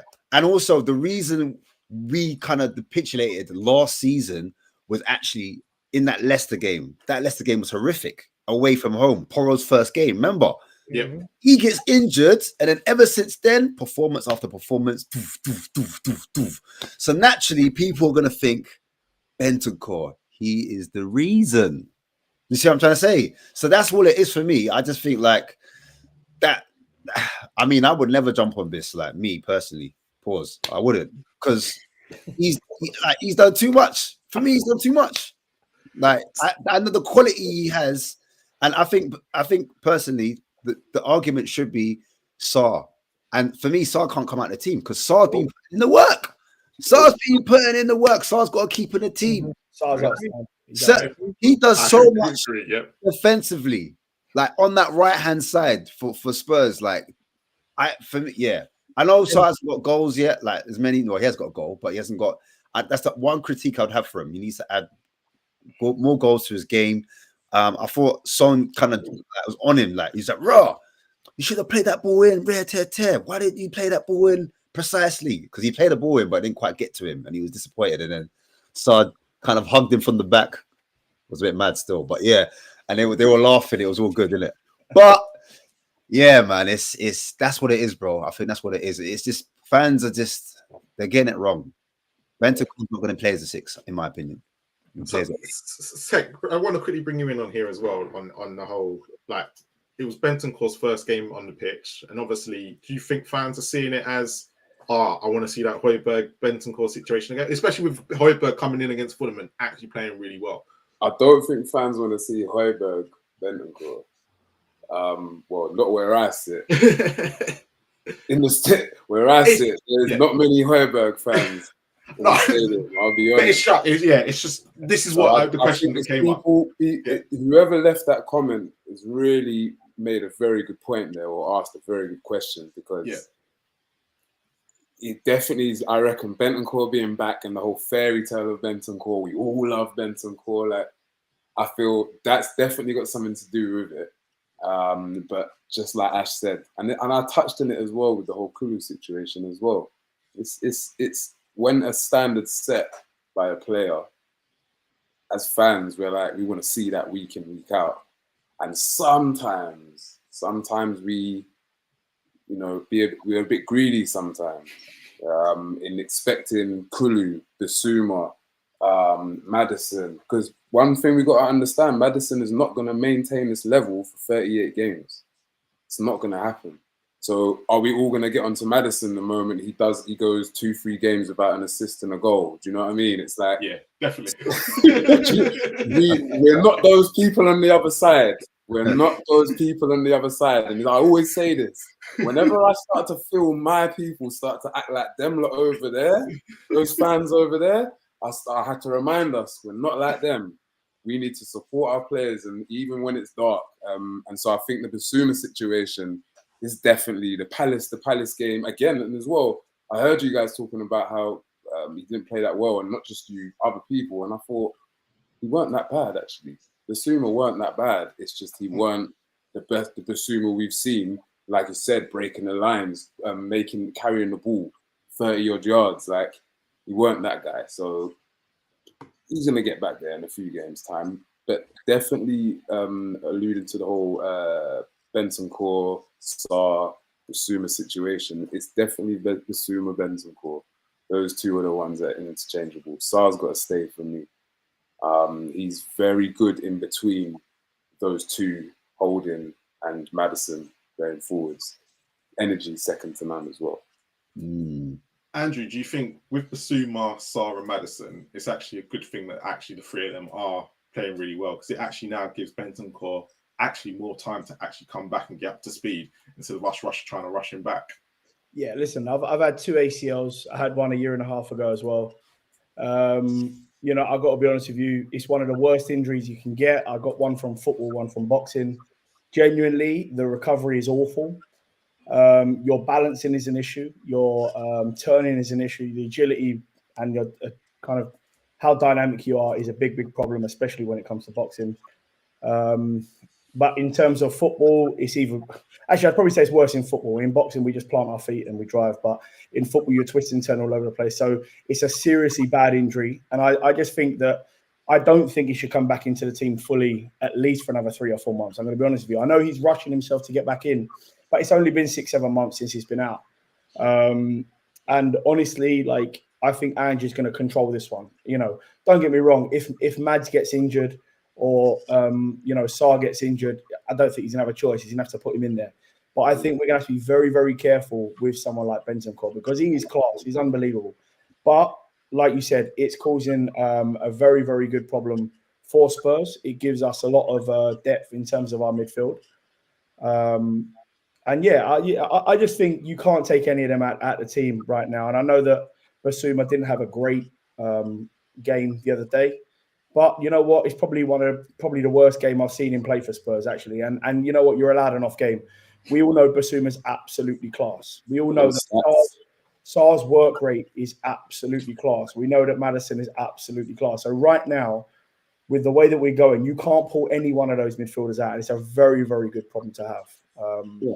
So, I mean, I just want to say quickly, big up Archway still. I know that Spurs fans probably going, no, listen, hear me out. That's my guy. He's giving you too many props. He's being too nice to you, so I don't like him. Listen, that's my guy, Peter. He's one of my close friends. He's a top guy. And I know there was all rumours because they had problems with Spurs. Let me tell you something. Everyone said they were Arsenal fans. I'm telling you, he's not an Arsenal fan at all. He's a lovely guy. So big up Archway. And stop the hate against Archway Spurs fans. Enough is enough. I just wanted to say that. But is there that thing I got a fire? The thing I got a fire. As Archway still is the down company that went to court for the last remaining bit of the stadium. That's my guy Peter. So was it Levy? Did Levy do it? What was he saying? Job, yeah. Andrew, come on, let's get Archway on. We're going through this with him on the stream, but I can tell you for sure. I know Peter for many years. He couldn't be bothered to do anything like that. So I can tell you, it wasn't Archway. Big up Peter. No, Peter's a good guy. And he's asked a few good questions there about Richie and Son. So, I just want to say big up to Peter. Sim, just one last thing on Basuma, right? Just get your take on it. Do you think his game was more down to the fact he didn't want to get a yellow card, or do you think it was down to the way Crystal Palace played against us? Maybe a bit of both. I think, I don't think he had a bad game. I think he was like, if you're talking about your average like 6 performance by like a classic number 6 in the Premier League, that's probably what Basuma put in. It was like a standard performance. The problem is exactly what Ash and Tech have been saying. He's been so good this season. He's been almost a bit like a cheat code throughout the season because he does all the work a number 6 does off the ball with his tackles, interceptions, and yet he also does all the work like a number 8 on the ball with his unbelievable ability to drive and take people on and beat people in the centre and actually even get to like the penalty area and create opportunities for his teammates. And that is very rare. I think it's incredibly rare to be able to marry those two things together and be elite at both of them like he has been this season. I can't think of a 6 who was so good at those facets of the game as good as Basuma. So maybe I don't know, maybe in the back of his mind, he had the Chelsea game. Maybe in the back of his mind, he also had the fact that he did let the team down a bit against Luton and what he did. He got the yellow card and got himself sent off. And maybe he toned things down a bit just subconsciously because of that. Maybe fans as well have that in the back of their minds when they're judging his performance. The fact that let's be honest, it was a bit of he did let us down in that game. Or nearly, it could have cost us a result. Luckily it didn't. But I was pretty angry with him after that game. And maybe those feelings we haven't got over that just yet, and we want to see him being back to his best before fans do. But I don't think he played badly. I think he had a decent game. I do think Højbjerg was better than him when he came on. I do agree with that. I think we looked a bit better when Højbjerg did come on. But I'm sure Basuma, it's only a little period. I'm sure he'll be back to his best. And against Chelsea, there's no better opposition to strike stuff than against Chelsea. And I'm sure that he's performed really well against the big teams this season. He seems to really step up and like the occasion. He has that confidence in himself. And you got to remember as well, Palace have I think Lerma and Cheek Decore, 2 very strong, athletic central midfielders as well. So it's not easy to take him on and do what he's been doing for us this season as well, even under those conditions. So I think it is a bit of how he played and a bit about who he was playing against as well. I think it all probably it was a myriad of things. But even with that, I don't think he had a bad game. I just think he wasn't at his exceptional best, which we've seen. I think it's Sim. I think it's a really good problem for us to have, though. To be fair, because just in case, like you said, if he doesn't get on his game in the next couple of games, we will throw in Maddison there. And to be honest with you, I'm not a massive Bentancur. And to be honest, I'm not a massive Højbjerg fan. But when he has come on this year, he has actually really helped us. So there is that push for spaces, and we need to understand as well that Basuma and Sarr are going to be gone for African Cup of Nations. So that's 4 games we're going to lose in there. So we do need these backups, and having Højbjerg in there and obviously Bentancur back is really, really going to help us. So are you sure it's 4 games? Isn't it less than 4 games? Because I thought the FA Cup. FA Cup included. Brentford, Man United. No, Man United, Brentford, and it's 3 or 4. I think potentially 2 FA Cup games as well. Yeah, I think it's 3 or 4. I think something like 3 or 4. I think it's minimum 3 that we lose them guys for. So we also lose Son in the Asia Cup. We also lose Son till mid-February in the Asia Cup. Yeah, that's true. Yeah. So look, we need the backup for those. So keeping Højbjerg was probably a good sign for Ange. And I know that Ange didn't really want to let him go in the summer unless we got a really good backup. And clearly we didn't. And then obviously having Bentancur in there is going to be good as a backup for either Sarr as well. So no, I think those places in midfield and that competition midfield is top quality. And I wish we kind of had that quality of competition up front, and that's why I would bring in another wide player for sure. Andrew, while you're on that question, right? Yeah. Someone's asked the question, right? And just want a quick answer from you. What do you think our midfield would look like in January once all them players have gone off without Sarr and Basuma? Who are you expecting to be in that midfield 3? Ndombele. Well, listen, I'll be honest with you. He might be back in January. It's a big possibility, Sim. He could be back in January. I like that. No, I think the midfield will probably have to be Højbjerg, Bentancur, and then Mads. I think that would probably be the three. I don't really see anyone else. You don't see there's no one see Lo Celso coming back in the team at all because not really. Listen, he was brilliant in by January then because if he's not getting he will. Yeah, possibly. Listen, he was brilliant in pre-season, and I was one that was really raving about him in pre-season as well because we saw a couple of them games, and he really kind of looked like Maddison, if I'm being honest. He looked like a player that we'd bought for 45 million for him to become like that dynamic number 10 push-on midfielder out of transitions. But actually, he just never really hit that ground. And then when you see him come on a couple of times, he has not impressed at all. He looks lazy. He doesn't look confident. He looks like a man that's really struggling with confidence. Whereas I think he had a run in pre-season and he looked really, really good. And then when we got Maddison, the confidence got shot to pieces. But personally, that's what I think. It could have caused a bit of an issue with that. But I just think when he has come on, he hasn't really been a happy player. He hasn't really done anything that catches our eye. I personally don't see him coming back into the team. And I think someone like Bentancur would probably be ahead of him as well. He's only come on once, though. And he's been injured, no? Oh, my God. He's come on twice. He came on against Bournemouth and against Fulham. Bournemouth and Fulham, yeah. He doesn't look like a happy player, to be fair. But I look, when you've also got a high level, Ash, like we have in that number 10 position, you've got Bentancur possibly, you've got Maddison, you've got Basuma playing a pivot. I just think a really confident player needs to come in and take that position. So he needs to increase that, or we'll get rid of him in January. And that's what I personally think is going to happen. I think Ange will get rid of him in January and try and go for another number 10 or a double pivot player like him. So, yeah. Tech, quick question for you, right? Probably yes or no answer. Do you think Poch would have got something out of Ndombele if he had more time with him?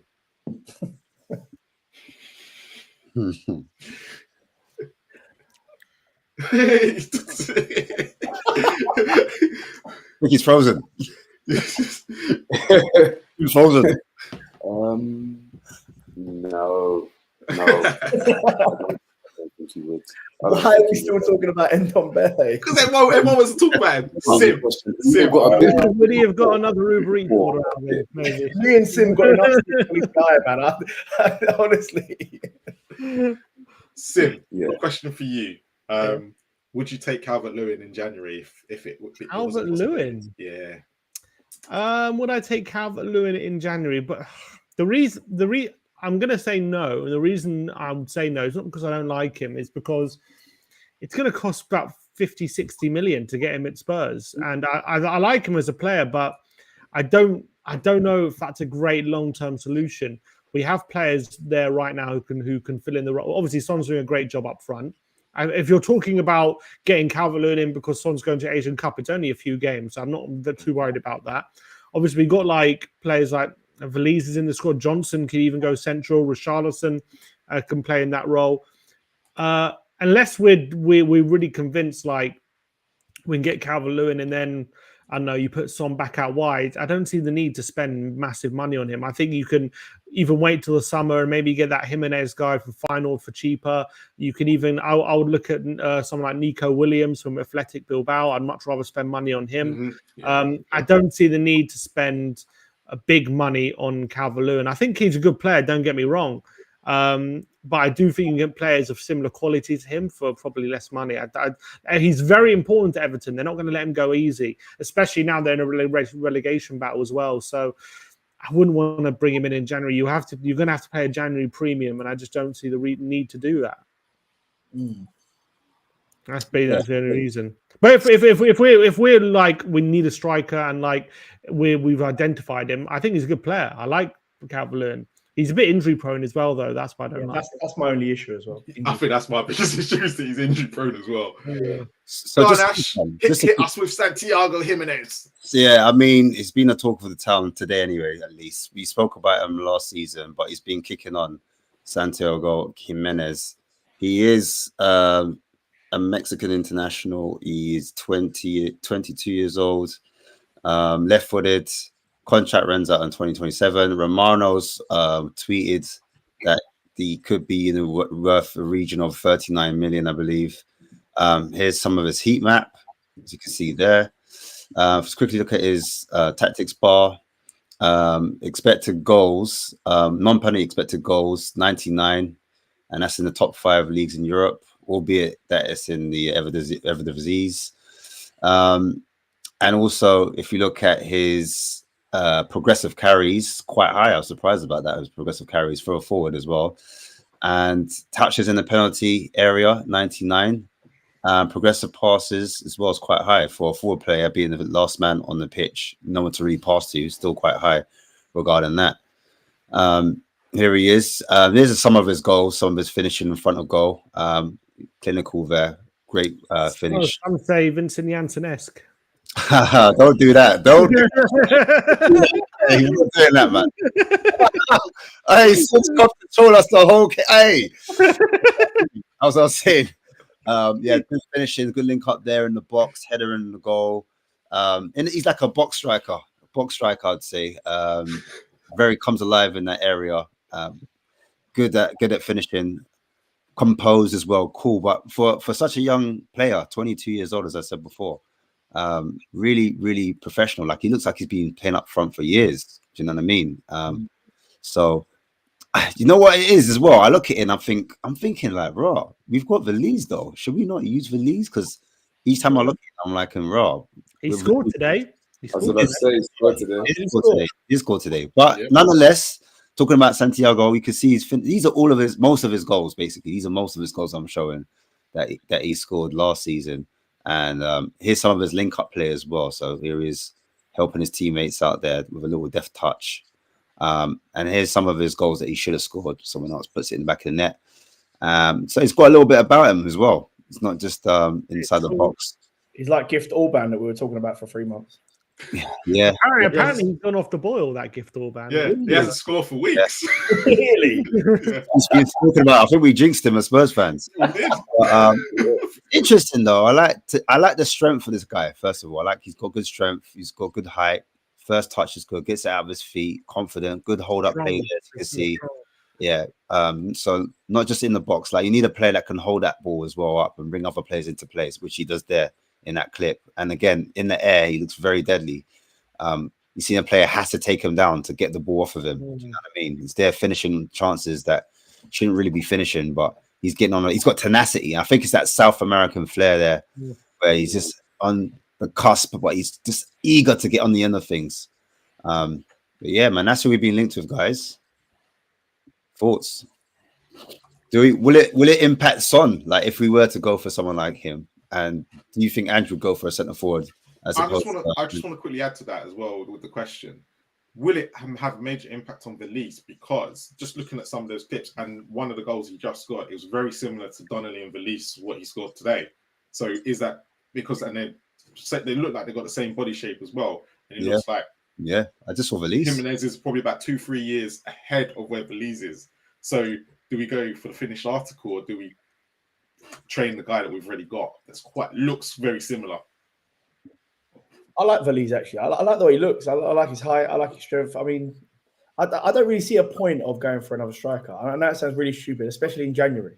Don't get me wrong. In the summer, you got a lot more dough. A lot more players want to come. I mean, I'd probably go for someone in the summer. I don't think we are overly kind of like needing a striker in January to back up on Son, because remember, Richarlison can play there, even though he's not our biggest fan. He can play there. You've got other players that can play a false number 9 as well.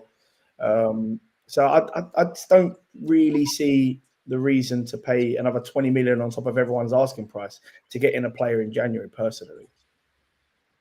It's crazy because a lot of fans really want Jimenez, but again, that's fans for you, isn't it? They're thinking, Son, how long has he got left? How many seasons has he got left in him? He's going to be 32 by the end of the season. Do we look for replacements now? Is Valise? It's a bit of a gamble, do you know what I mean? But again, Jimenez is a gamble if you bring him in, because a lot of people don't rate the Eredivisie, the Dutch league, like as simply saying, unless you're going to go for an absolute proven striker like Martinez from Inter Milan or a player like that. And you're really going to splash out the cash. And I don't really see the point of buying another £30 million striker like Valise and then trying to create another player out of him when we've already got Valise and we've already paid for him. So unless you're really looking at a top striker Martinez or Osimhen. Not that he would ever come to Tottenham, but I'm saying like someone who's very, very highly rated and somebody who we know is absolutely quality and guaranteed. I just don't really see the point, because either way, lads, it's going to cost us 30, 40, 50 million, especially in January. And those are the price tags, by the way, that they were looking at Gift Orban, and he only had 6 good months.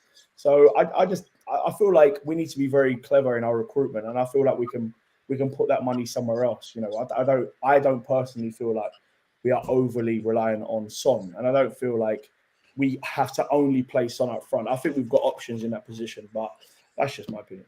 Well, Son was never option up front at the beginning of the season. Anyway, exactly. I mean, obviously it's an option, but it wasn't the plan. The plan was Richarlison.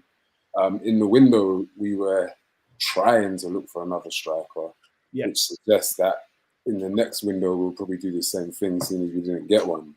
But you're very right in the fact that we're going to be paying a lot of money. Yeah, that's worth getting, because Velis was that striker that was just development. He wasn't the main man, obviously. Ivan Toney, though, is a guy that I've wanted for some time, but he's just going to cost too much money. You don't like him, Andrew. Ivan Toney. No. Listen, I'll be honest with you. I do not like him. We get him. No. Hear me out. I like him. I actually like him, right? But when somebody bets on himself to get a yellow card, and you could tell the way he is, and he's openly admitted to having gambling problems, I just don't see the point in paying 70 million for someone like that. I think that risk is way too high. Do you know what I mean? Like the guy bet on himself to get a yellow card, and he got sent off, and he got a red card by handballing it on the line. Like, I don't want players like that in my club, and I know he's quality. I know he's probably going to go to Liverpool, so he's going to be absolutely brilliant. I understand I might get stick for that, but the honest truth is, I just don't feel the need to spend 70 million. I mean, they're saying 85, 90, but I don't see the point to spend 70 million on a guy who's carrying problems. And you can see he's carrying problems. He came out in interviews and said, yes, I do have a gambling problem. Yes, I understand. I'm working for it now. I think that is a huge risk. We're talking about Sancho. I think Ivan Toney's a massive risk. Instead of Ivan Toney, I'd rather go with someone like Watkins, personally. Yeah. That's also 70, 80 million right there. Yeah, he's going to double the price. Right? Either way, you know. Just wait a year. We'll bring back Harry Kane. It'll be good. We've got a buyback. Exactly, got the buyback. I guess it all depends on what we think of Son. If we really believe he could be our striker for the next few years, or is it literally, do we think, is it this year and then maybe next season you've got to start thinking of the future kind of thing?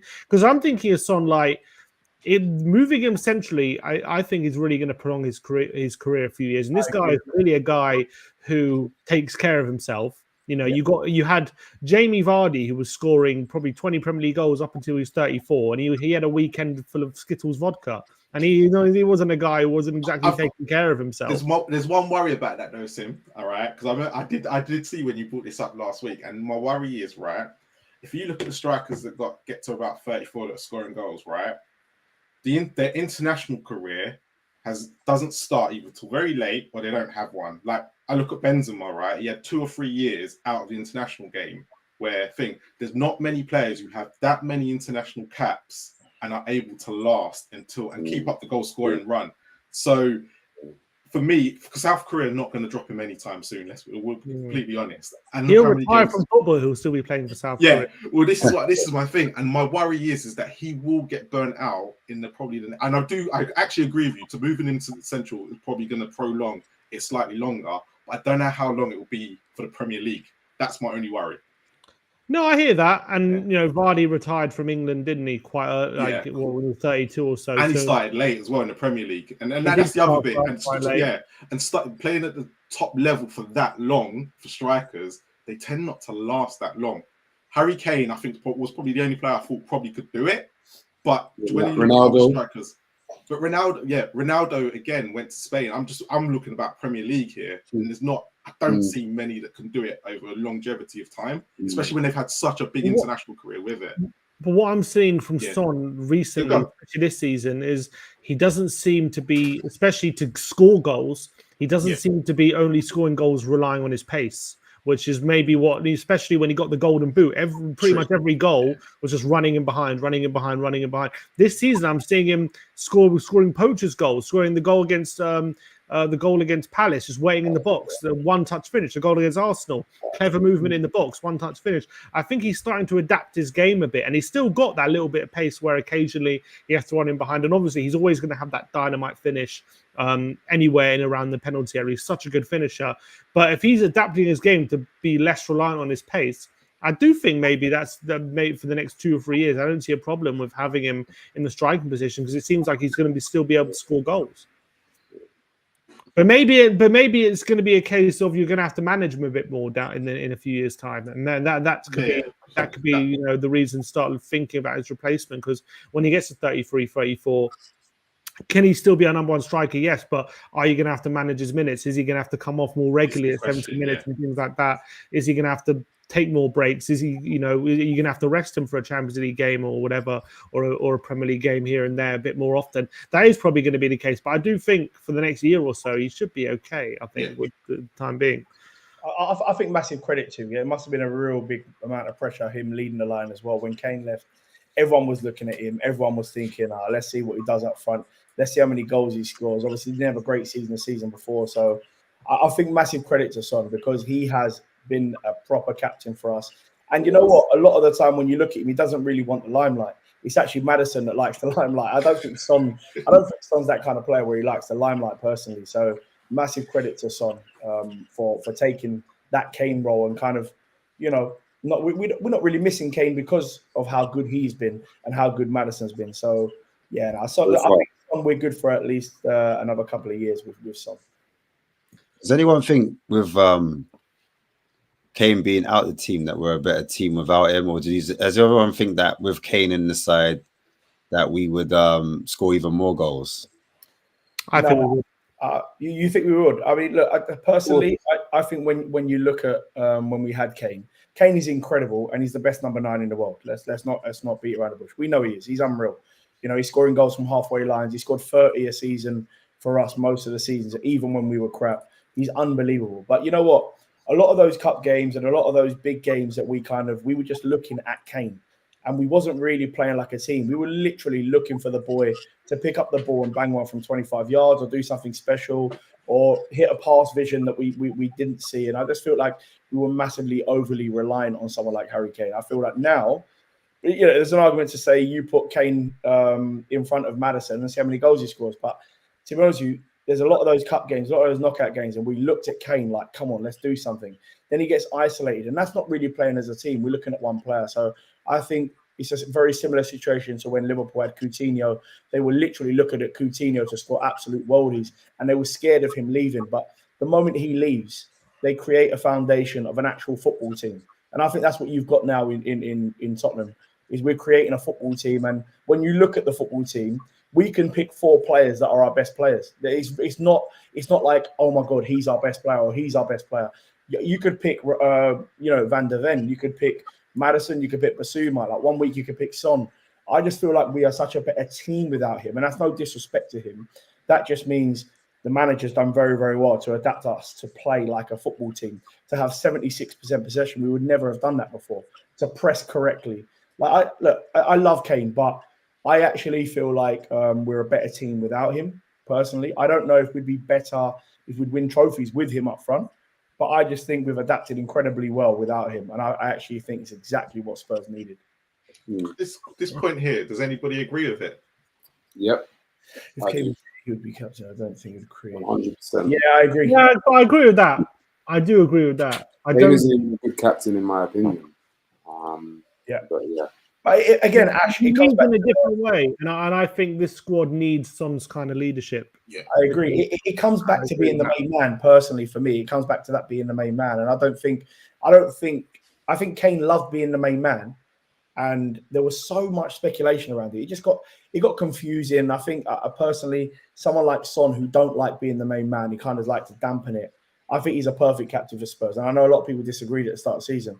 But Kane, we knew Kane was the captain. Flat out, he's the man. He's taking corners. He's taking free kicks. He's taking a lot.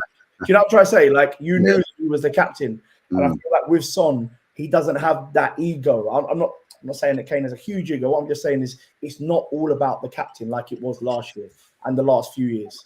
So, and I think it's really helped Ange because he was getting sick of the talk in the summer about Harry Kane. He was a blessing when he let him go.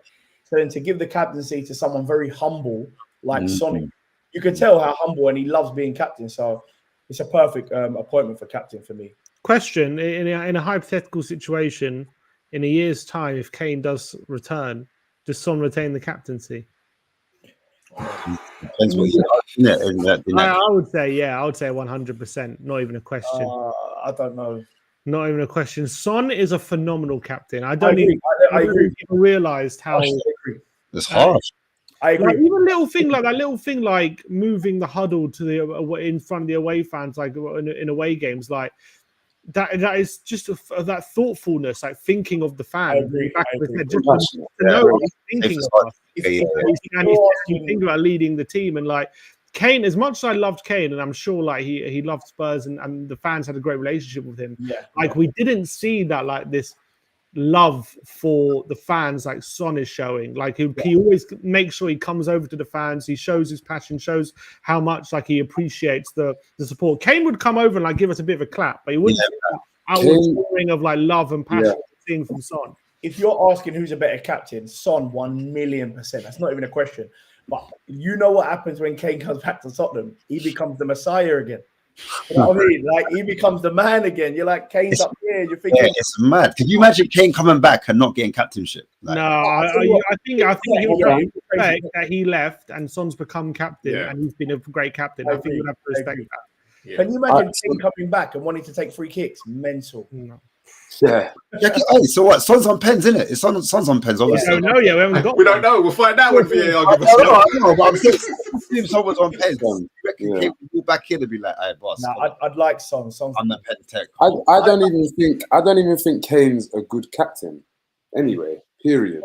Even if I feel Lloris was a better captain than Kane. I agree as well. What really hit me was go on, Tech. Yeah, exactly. That was exactly. After watching the documentary, I just thought what it is for me with Son is, and the difference between Son and Kane is, and again, no disrespect to Harry, but Son is he's more educated. He's far more intelligent. I feel just on a social basis. Mm-hmm. He has far more social intelligence, far more emotional intelligence as well. Just given his culture, his South Korean culture, and how they are. Like so, Son obviously is a great captain for the club, and I feel Kane isn't even a good captain for the club. I feel he's just a great striker that needs to cook by himself, do his thing, and not have the responsibility. I think is he captain of England? Yeah. So even making him captain of England, I feel. Do you know a prime example of that? And actually, I would sit there and go, is the Harry Maguire situation, right? I feel like if look at Son and Richarlison, like we're giving him a lot of jib, but Son is making sure that Richarlison's kind of kept, not under wraps, but he's protecting him. Where I feel like Harry Maguire was a bit hung out to dry, his captain wasn't there to protect him with England. And look, I know there's a lot of stuff going on at Man United, but I just feel like Harry Maguire's had to come out and speak himself. He's had to defend himself. And I feel like if you had a better captain for England, if that was David Beckham, because I watched the David Beckham documentary, if that was Beckham as captain, Beckham would have definitely protected him and made sure. I think the whole thing with Kane is like it's because he's like a model professional. He's an unbelievable player. Like people like just see him as like he should be captain. Yeah. But I don't. When it comes to like proper leadership skills and like motivation and getting like geeing up his teammates and like being like when you hear him speak, he doesn't really inspire.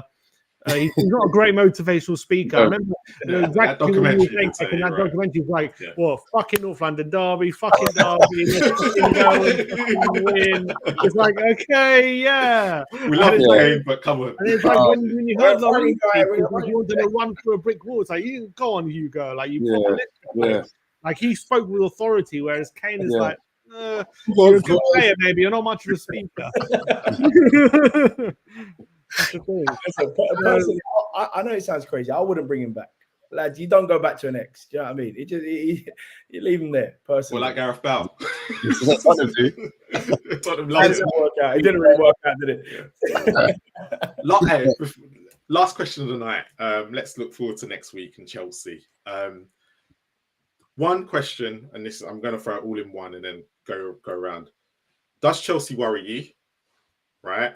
And two, do Chelsea save their best performances? Right? Because they probably have for the bigger teams.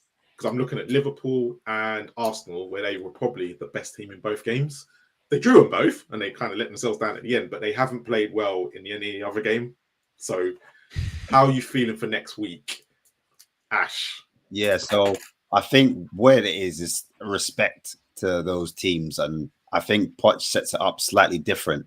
And I'm not saying like he'll go and park the bus, but I feel at times against Arsenal anyway, from what I saw, he didn't use a striker. So what he did was he used Sterling.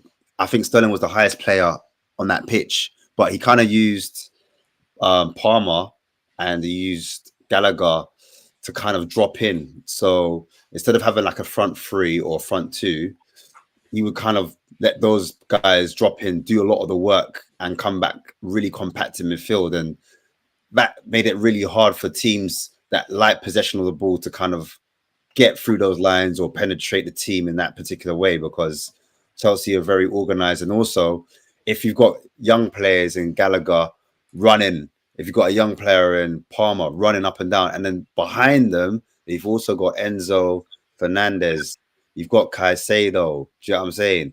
Then you've got their midfield is just full of workers. Just workers. So you've got about 4 or 5 players working their socks off. And so I envision if they go man, I don't know if they'll go man to man. I feel like at times they will sit off at times and they'll just make it really difficult for us. But they will try to hit us on quick transitions, quick balls into the channels, into like Sterling. Depending on who's playing Madueke, maybe they're going to try and hit us in that way. And yeah, they just haven't been finishing their dinner. I remember, I think it was against Aston Villa. That was a tricky game for them, but there were so many chances they should have put away, but they're just so toothless at the moment. That's the only saving grace for me. I'm not really worried about Chelsea in that way, where they're just not, for some whatever reason, it's just not, they're not putting their chances. Against Luton, obviously they got their goals, whatnot. But yeah, it's just not quite clicking for them when it comes to those critical moments. They're creating a lot of chances, just not putting and finishing the dinner. So I feel like with Spurs at the moment, Ange just seems to be getting it right. He just seems to look at the game, know how to assess it, and picks his moment to make those right substitutions depending on the game state and where we are as a team. Do you know what I mean? He did it against Palace. He did it against Fulham. Even Luton, when we were 10 men down, he knew what to do, what changes to make to control the game. And even people were saying, "Oh, we were poor against Luton." I thought we played all right against Luton because we were 10 men. Do you know what I mean? Yeah. And I don't think that was credit to Ange. So I think head to head, Ange, a lot of people are not showing him the ratings because he's done it in Japan and Celtic, and obviously Poch has done it here with us, and he's done it in La Liga as well, and from France as well. But overall, I feel the amount of years Ange has got, he just knows the game situations and knows when to pull that trigger, if that makes sense. So I'm thinking, well, we could win this. We could actually win this. I think we could actually go in and win the game. Worst case scenario, draw. That's how confident I'm feeling. If I'm being totally honest, I'll be real. And I think the fans will have a big part to play in it as well. I think the fans will do a lot of damage on that day, and we'll get up for it. But that's how I see the game going. Tech. Yeah, so I had to double check there. I was making plans. I'm meant to be going to the game. Ash is talking like it's at Stamford Bridge. No, sorry, Tottenham Stadium. No, Tottenham Stadium. Yeah. I made plans to go and everything. I'm like, Tottenham Stadium. Let's say Stamford Bridge. Okay, cool. Because I'm not taking a draw at the stadium. No way. We got to win that game all day. It will be 2 points lost if we draw the game, in my opinion. Chelsea. The only thing that worries me about Chelsea is just from an emotional aspect. It's just, football's one of them sports, one of them games where, You get a team that's in form and a team that's not, and it just flips in its head. So, I mean, if I am worried, the only worry is that happens. Football just happens. Do you know what I mean? And those things just come into fruition, and Poch walks away with a draw or a win. But other than that, I don't feel there's any need to worry about Chelsea. I feel you're right in terms of turning up to the bigger teams. I think it's because how they played with the one striker up front. That's something I noticed as well with the Sterling, and playing Gallagher a bit further behind and along with Cole. So I think that's what they're probably going to do against us, especially away. They're going to not necessarily park the bus, but they are going to make it very hard for us to work our way through those channels and try and hit us on the counter. I think it's just a case of us doing what we've done all season, which is press, especially at home, a lot of pressure, and get an early goal. If we can get an early goal, in my opinion, that's game over. Like from one, and I rarely say that, but that's game over if we can get an early goal, because then we should move on to scoring another or three. Keeping a clean sheet, we've done really well with that this season as well. Our defence, our back line's been strong. Chelsea going forward hasn't been great. They're getting a lot of shots. I heard a stat the other day, the Brentford game. They had something like 17 shots against Brentford 7. So but then they only got 2 on target out of the 17.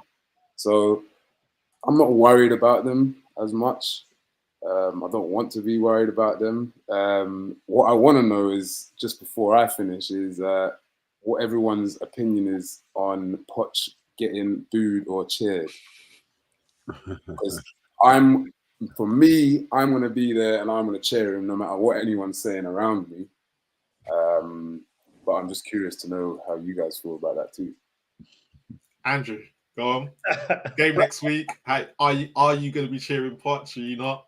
100% I'm going to be cheering Poch. Whoever boos him is a disgrace. I'm sorry. I genuinely can't understand the narrative behind booing this man. Like, listen, this guy gave us one of the best memories we're ever going to see. Yep. We're ever going to see in our life. And I don't care, unless he's gone to Arsenal. We have to understand one thing about Pochettino. I wanted him. Yep. A lot of the fans wanted him. Okay, Spurs did not want him. He was waiting by the phone. Let's see when it's going to ring. He was waiting 2 months, and he did not sign that contract for Chelsea for a long period of time. Everybody knew he wanted to come back to Spurs. This is not like he's turned down Tottenham to go to Chelsea. We'd never have done that. The disrespect against him, I understand it's Chelsea. I get it. I understand. But to boo the man when he wanted to come back to Spurs, when he was waiting for months on end by his phone, when everybody was interviewing him and he was putting up posts saying, "I'm ready," with his bags. Yeah, he putting up posts on Instagram. Mauricio Pochettino, the guy wanted to come to Tottenham. So if you're going to boo him because he's gone to Chelsea, and let me say something, I'd even clap him more because I think he's doing an amazing job at Chelsea. I'd even clap him more personally. All right, so like at the end of the day, if you're going to boo this man, number one, you've got a short memory, because we all had one of the best ever games in best night ever in Ajax, and at the Champions League final, albeit it ended in 30 seconds, but we got there, lads. We got there. Yeah. And a team, by the way, that nobody ever thought we would get to the pinnacle of football in that Champions League final in Spain. I'm sorry, but everything he's done for this club, by having no money, by everything he's done, everything that's been thrown in front of him, if you boo this man and you're in front of me, I'm physically going to be angry. I'm telling you now, because I can't. The disrespect on a man that's done everything for us. No, sorry. I will clap him wholeheartedly. Absolutely. And prediction for the game? So yeah, look. I mean, Chelsea play. I think Wednesday night. So they're going to have another game under their belt while we're relaxing. I'm not afraid of Chelsea. I'm not saying we're afraid, and I do agree with Tech. We have to win the game. But I think what Ash was saying is, at worst case scenario is a draw. I don't think he was saying he accepts a draw. Then at worst case scenario is a draw. But look, I'm not afraid of them. I don't think they've got a number 9 that can really hurt us. I probably jinx myself now, but I don't rate Jackson. I don't rate Jackson personally. So I'm not afraid of them. I just think if we play our game, we stick to the game, the fans turn up incredible like they have been all season. I think it becomes 2-0, maybe even 3-0 or 3-1. I think it becomes relatively comfortable. I'm not kind of like overly confident. I just don't see, apart from Cole Palmer, I don't really see players that can really hurt us, if I'm being honest with you, especially with the defensive structure we have. Who's really going to run in behind? They're going to play counter-attack. We're going to play out the back. That's the only thing that could be a little bit dangerous if they press high.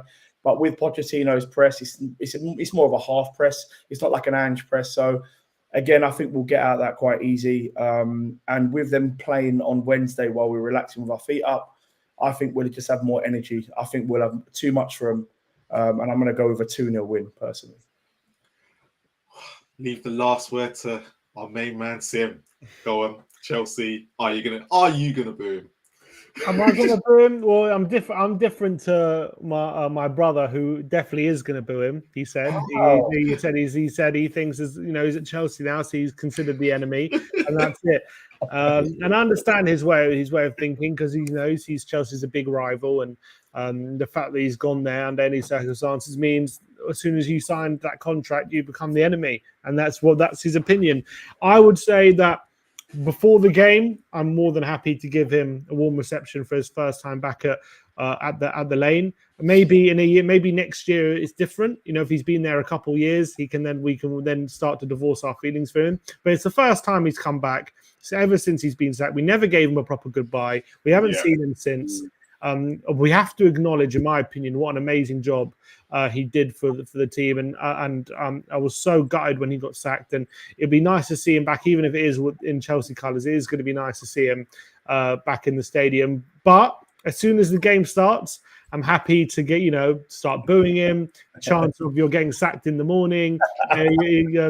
He's tragic, anything. I'm happy. I don't mind that, Sim. I don't mind. I'm happy for anything to be thrown at him while the game's going on. I think that's a fair game. But I think before the game, I'm happy for I'm happy for him to be applauded. I think that's the right thing to do.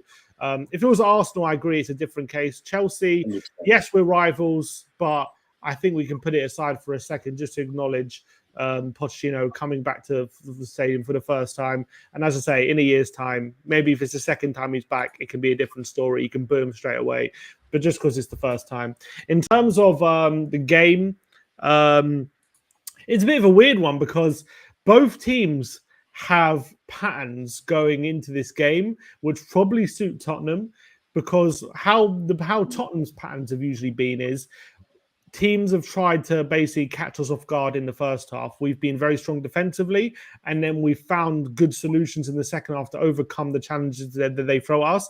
And then we end up dominating and creating chances and having the better of the game in the second half, and usually deserving to win. Chelsea, on the other hand, have been very good in first halves and have been creating lots of chances and been catching teams out in the first half, albeit they've maybe been a bit profligate in front of goal. And then in second halves, they've dropped off a bit. Maybe they haven't been able to sustain their energy and their high pressing game, and they tend to get undone in second halves. So I think if that pattern continues, if we can just be very strong, because I think they're going to come out. Pochettino is going to want to send a message that they're turning a corner. This is the perfect game for him to kind of announce himself as Chelsea manager. So he's going to be well on it. He's going to want them to be super aggressive. I think he's going to want them to come flying out the traps and try and really, really lay down a marker. So I think if we can really just be very strong defensively for the first half an hour or so, really just ride that pressing wave that I really think they're going to throw us in the early exchanges. If Van de Ven and Romero can be as strong as they have been, and especially a big one, Udogie has to be back. I don't want to see Davis or even Emerson. I'll be worried about. I want to see Udogie back in the team, and hopefully he will be. If we can have our first choice back four, we can be super solid defensively. Make sure that we're not giving them any cheap goals or any mistakes or anything like that. I think we will be able to find solutions in their back four, because I don't think they're the best defense. They've been okay, but I don't think they're impenetrable defensively. I think our attack is more than good enough to find holes in their back line. But I think we just have to make sure we dampen their excitement, their energy in the early exchanges. They're a very young team, and we've seen this season when things start to go against them, they don't really have that mentality to turn it around. It seems they put their heads down, and that can sometimes happen with the young team. They don't have that mentality to stick with it a lot of the times, and I've seen it. They have a few chances in the first half, they miss them, and then second half they come out a bit lower energy. They're not as they're not at the same level. And you saw against Brentford, I saw against Villa, I saw against a lot of teams that is a similar pattern. And Spurs, on the other hand, it's been the opposite.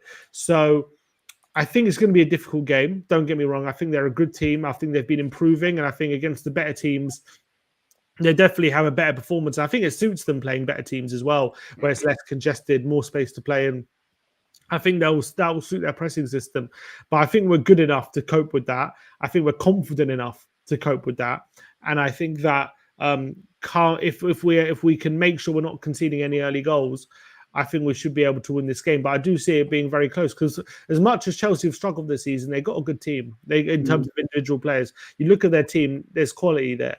So we just got to make sure we're not underestimating them just because they've had a bad start to the season. We can't think like this is going to be an easy game, because it won't be. It'll be a very tough game. But I think even if it's a game where we're scoring against a run of play or something, I think we should have enough to beat this Chelsea team. But I wouldn't be surprised if it's a draw, to be honest. I wouldn't be surprised if we drop points.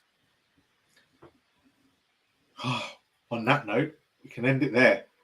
Boys, thank you very much. Tex, thank you for coming on. It's been an absolute pleasure. You got any socials that people can follow you on? No socials from my side. I need to get on that. Yeah. Andrew, let people know where they can find you on Insta. I am AP_personal training _fitness. You're more than welcome. And Sim, I don't even need to give you an introduction. I think everyone knows where to find you. Most of our people have come from your channel anyway. But obviously, go follow Sim, and they'll obviously be doing content during the week at We Are Tottenham TV. But thank you all for coming on. Ash, any last words? Oh yeah, you've got the rival show tomorrow. Don't forget that. Rival show tomorrow. A bit more space, because we've got like a few other fans coming on talking rubbish. But we're top of the league, innit? So we can deal with it. Right, cool. We're looking down for a while. I'm excited. Haz is back Friday to do the preview show, as he normally does on a Friday at 6 o'clock. And then the match reaction will be Monday after the game. And then we're back next Tuesday with new guests. That's one, guys, man. Love. Thanks for coming up. Keep up the comments as well. Yeah. Thank you to everyone in the comments as well. It's been brilliant. But as always, as we always finish on, come on, you Spurs. Come on, you Spurs. Come on.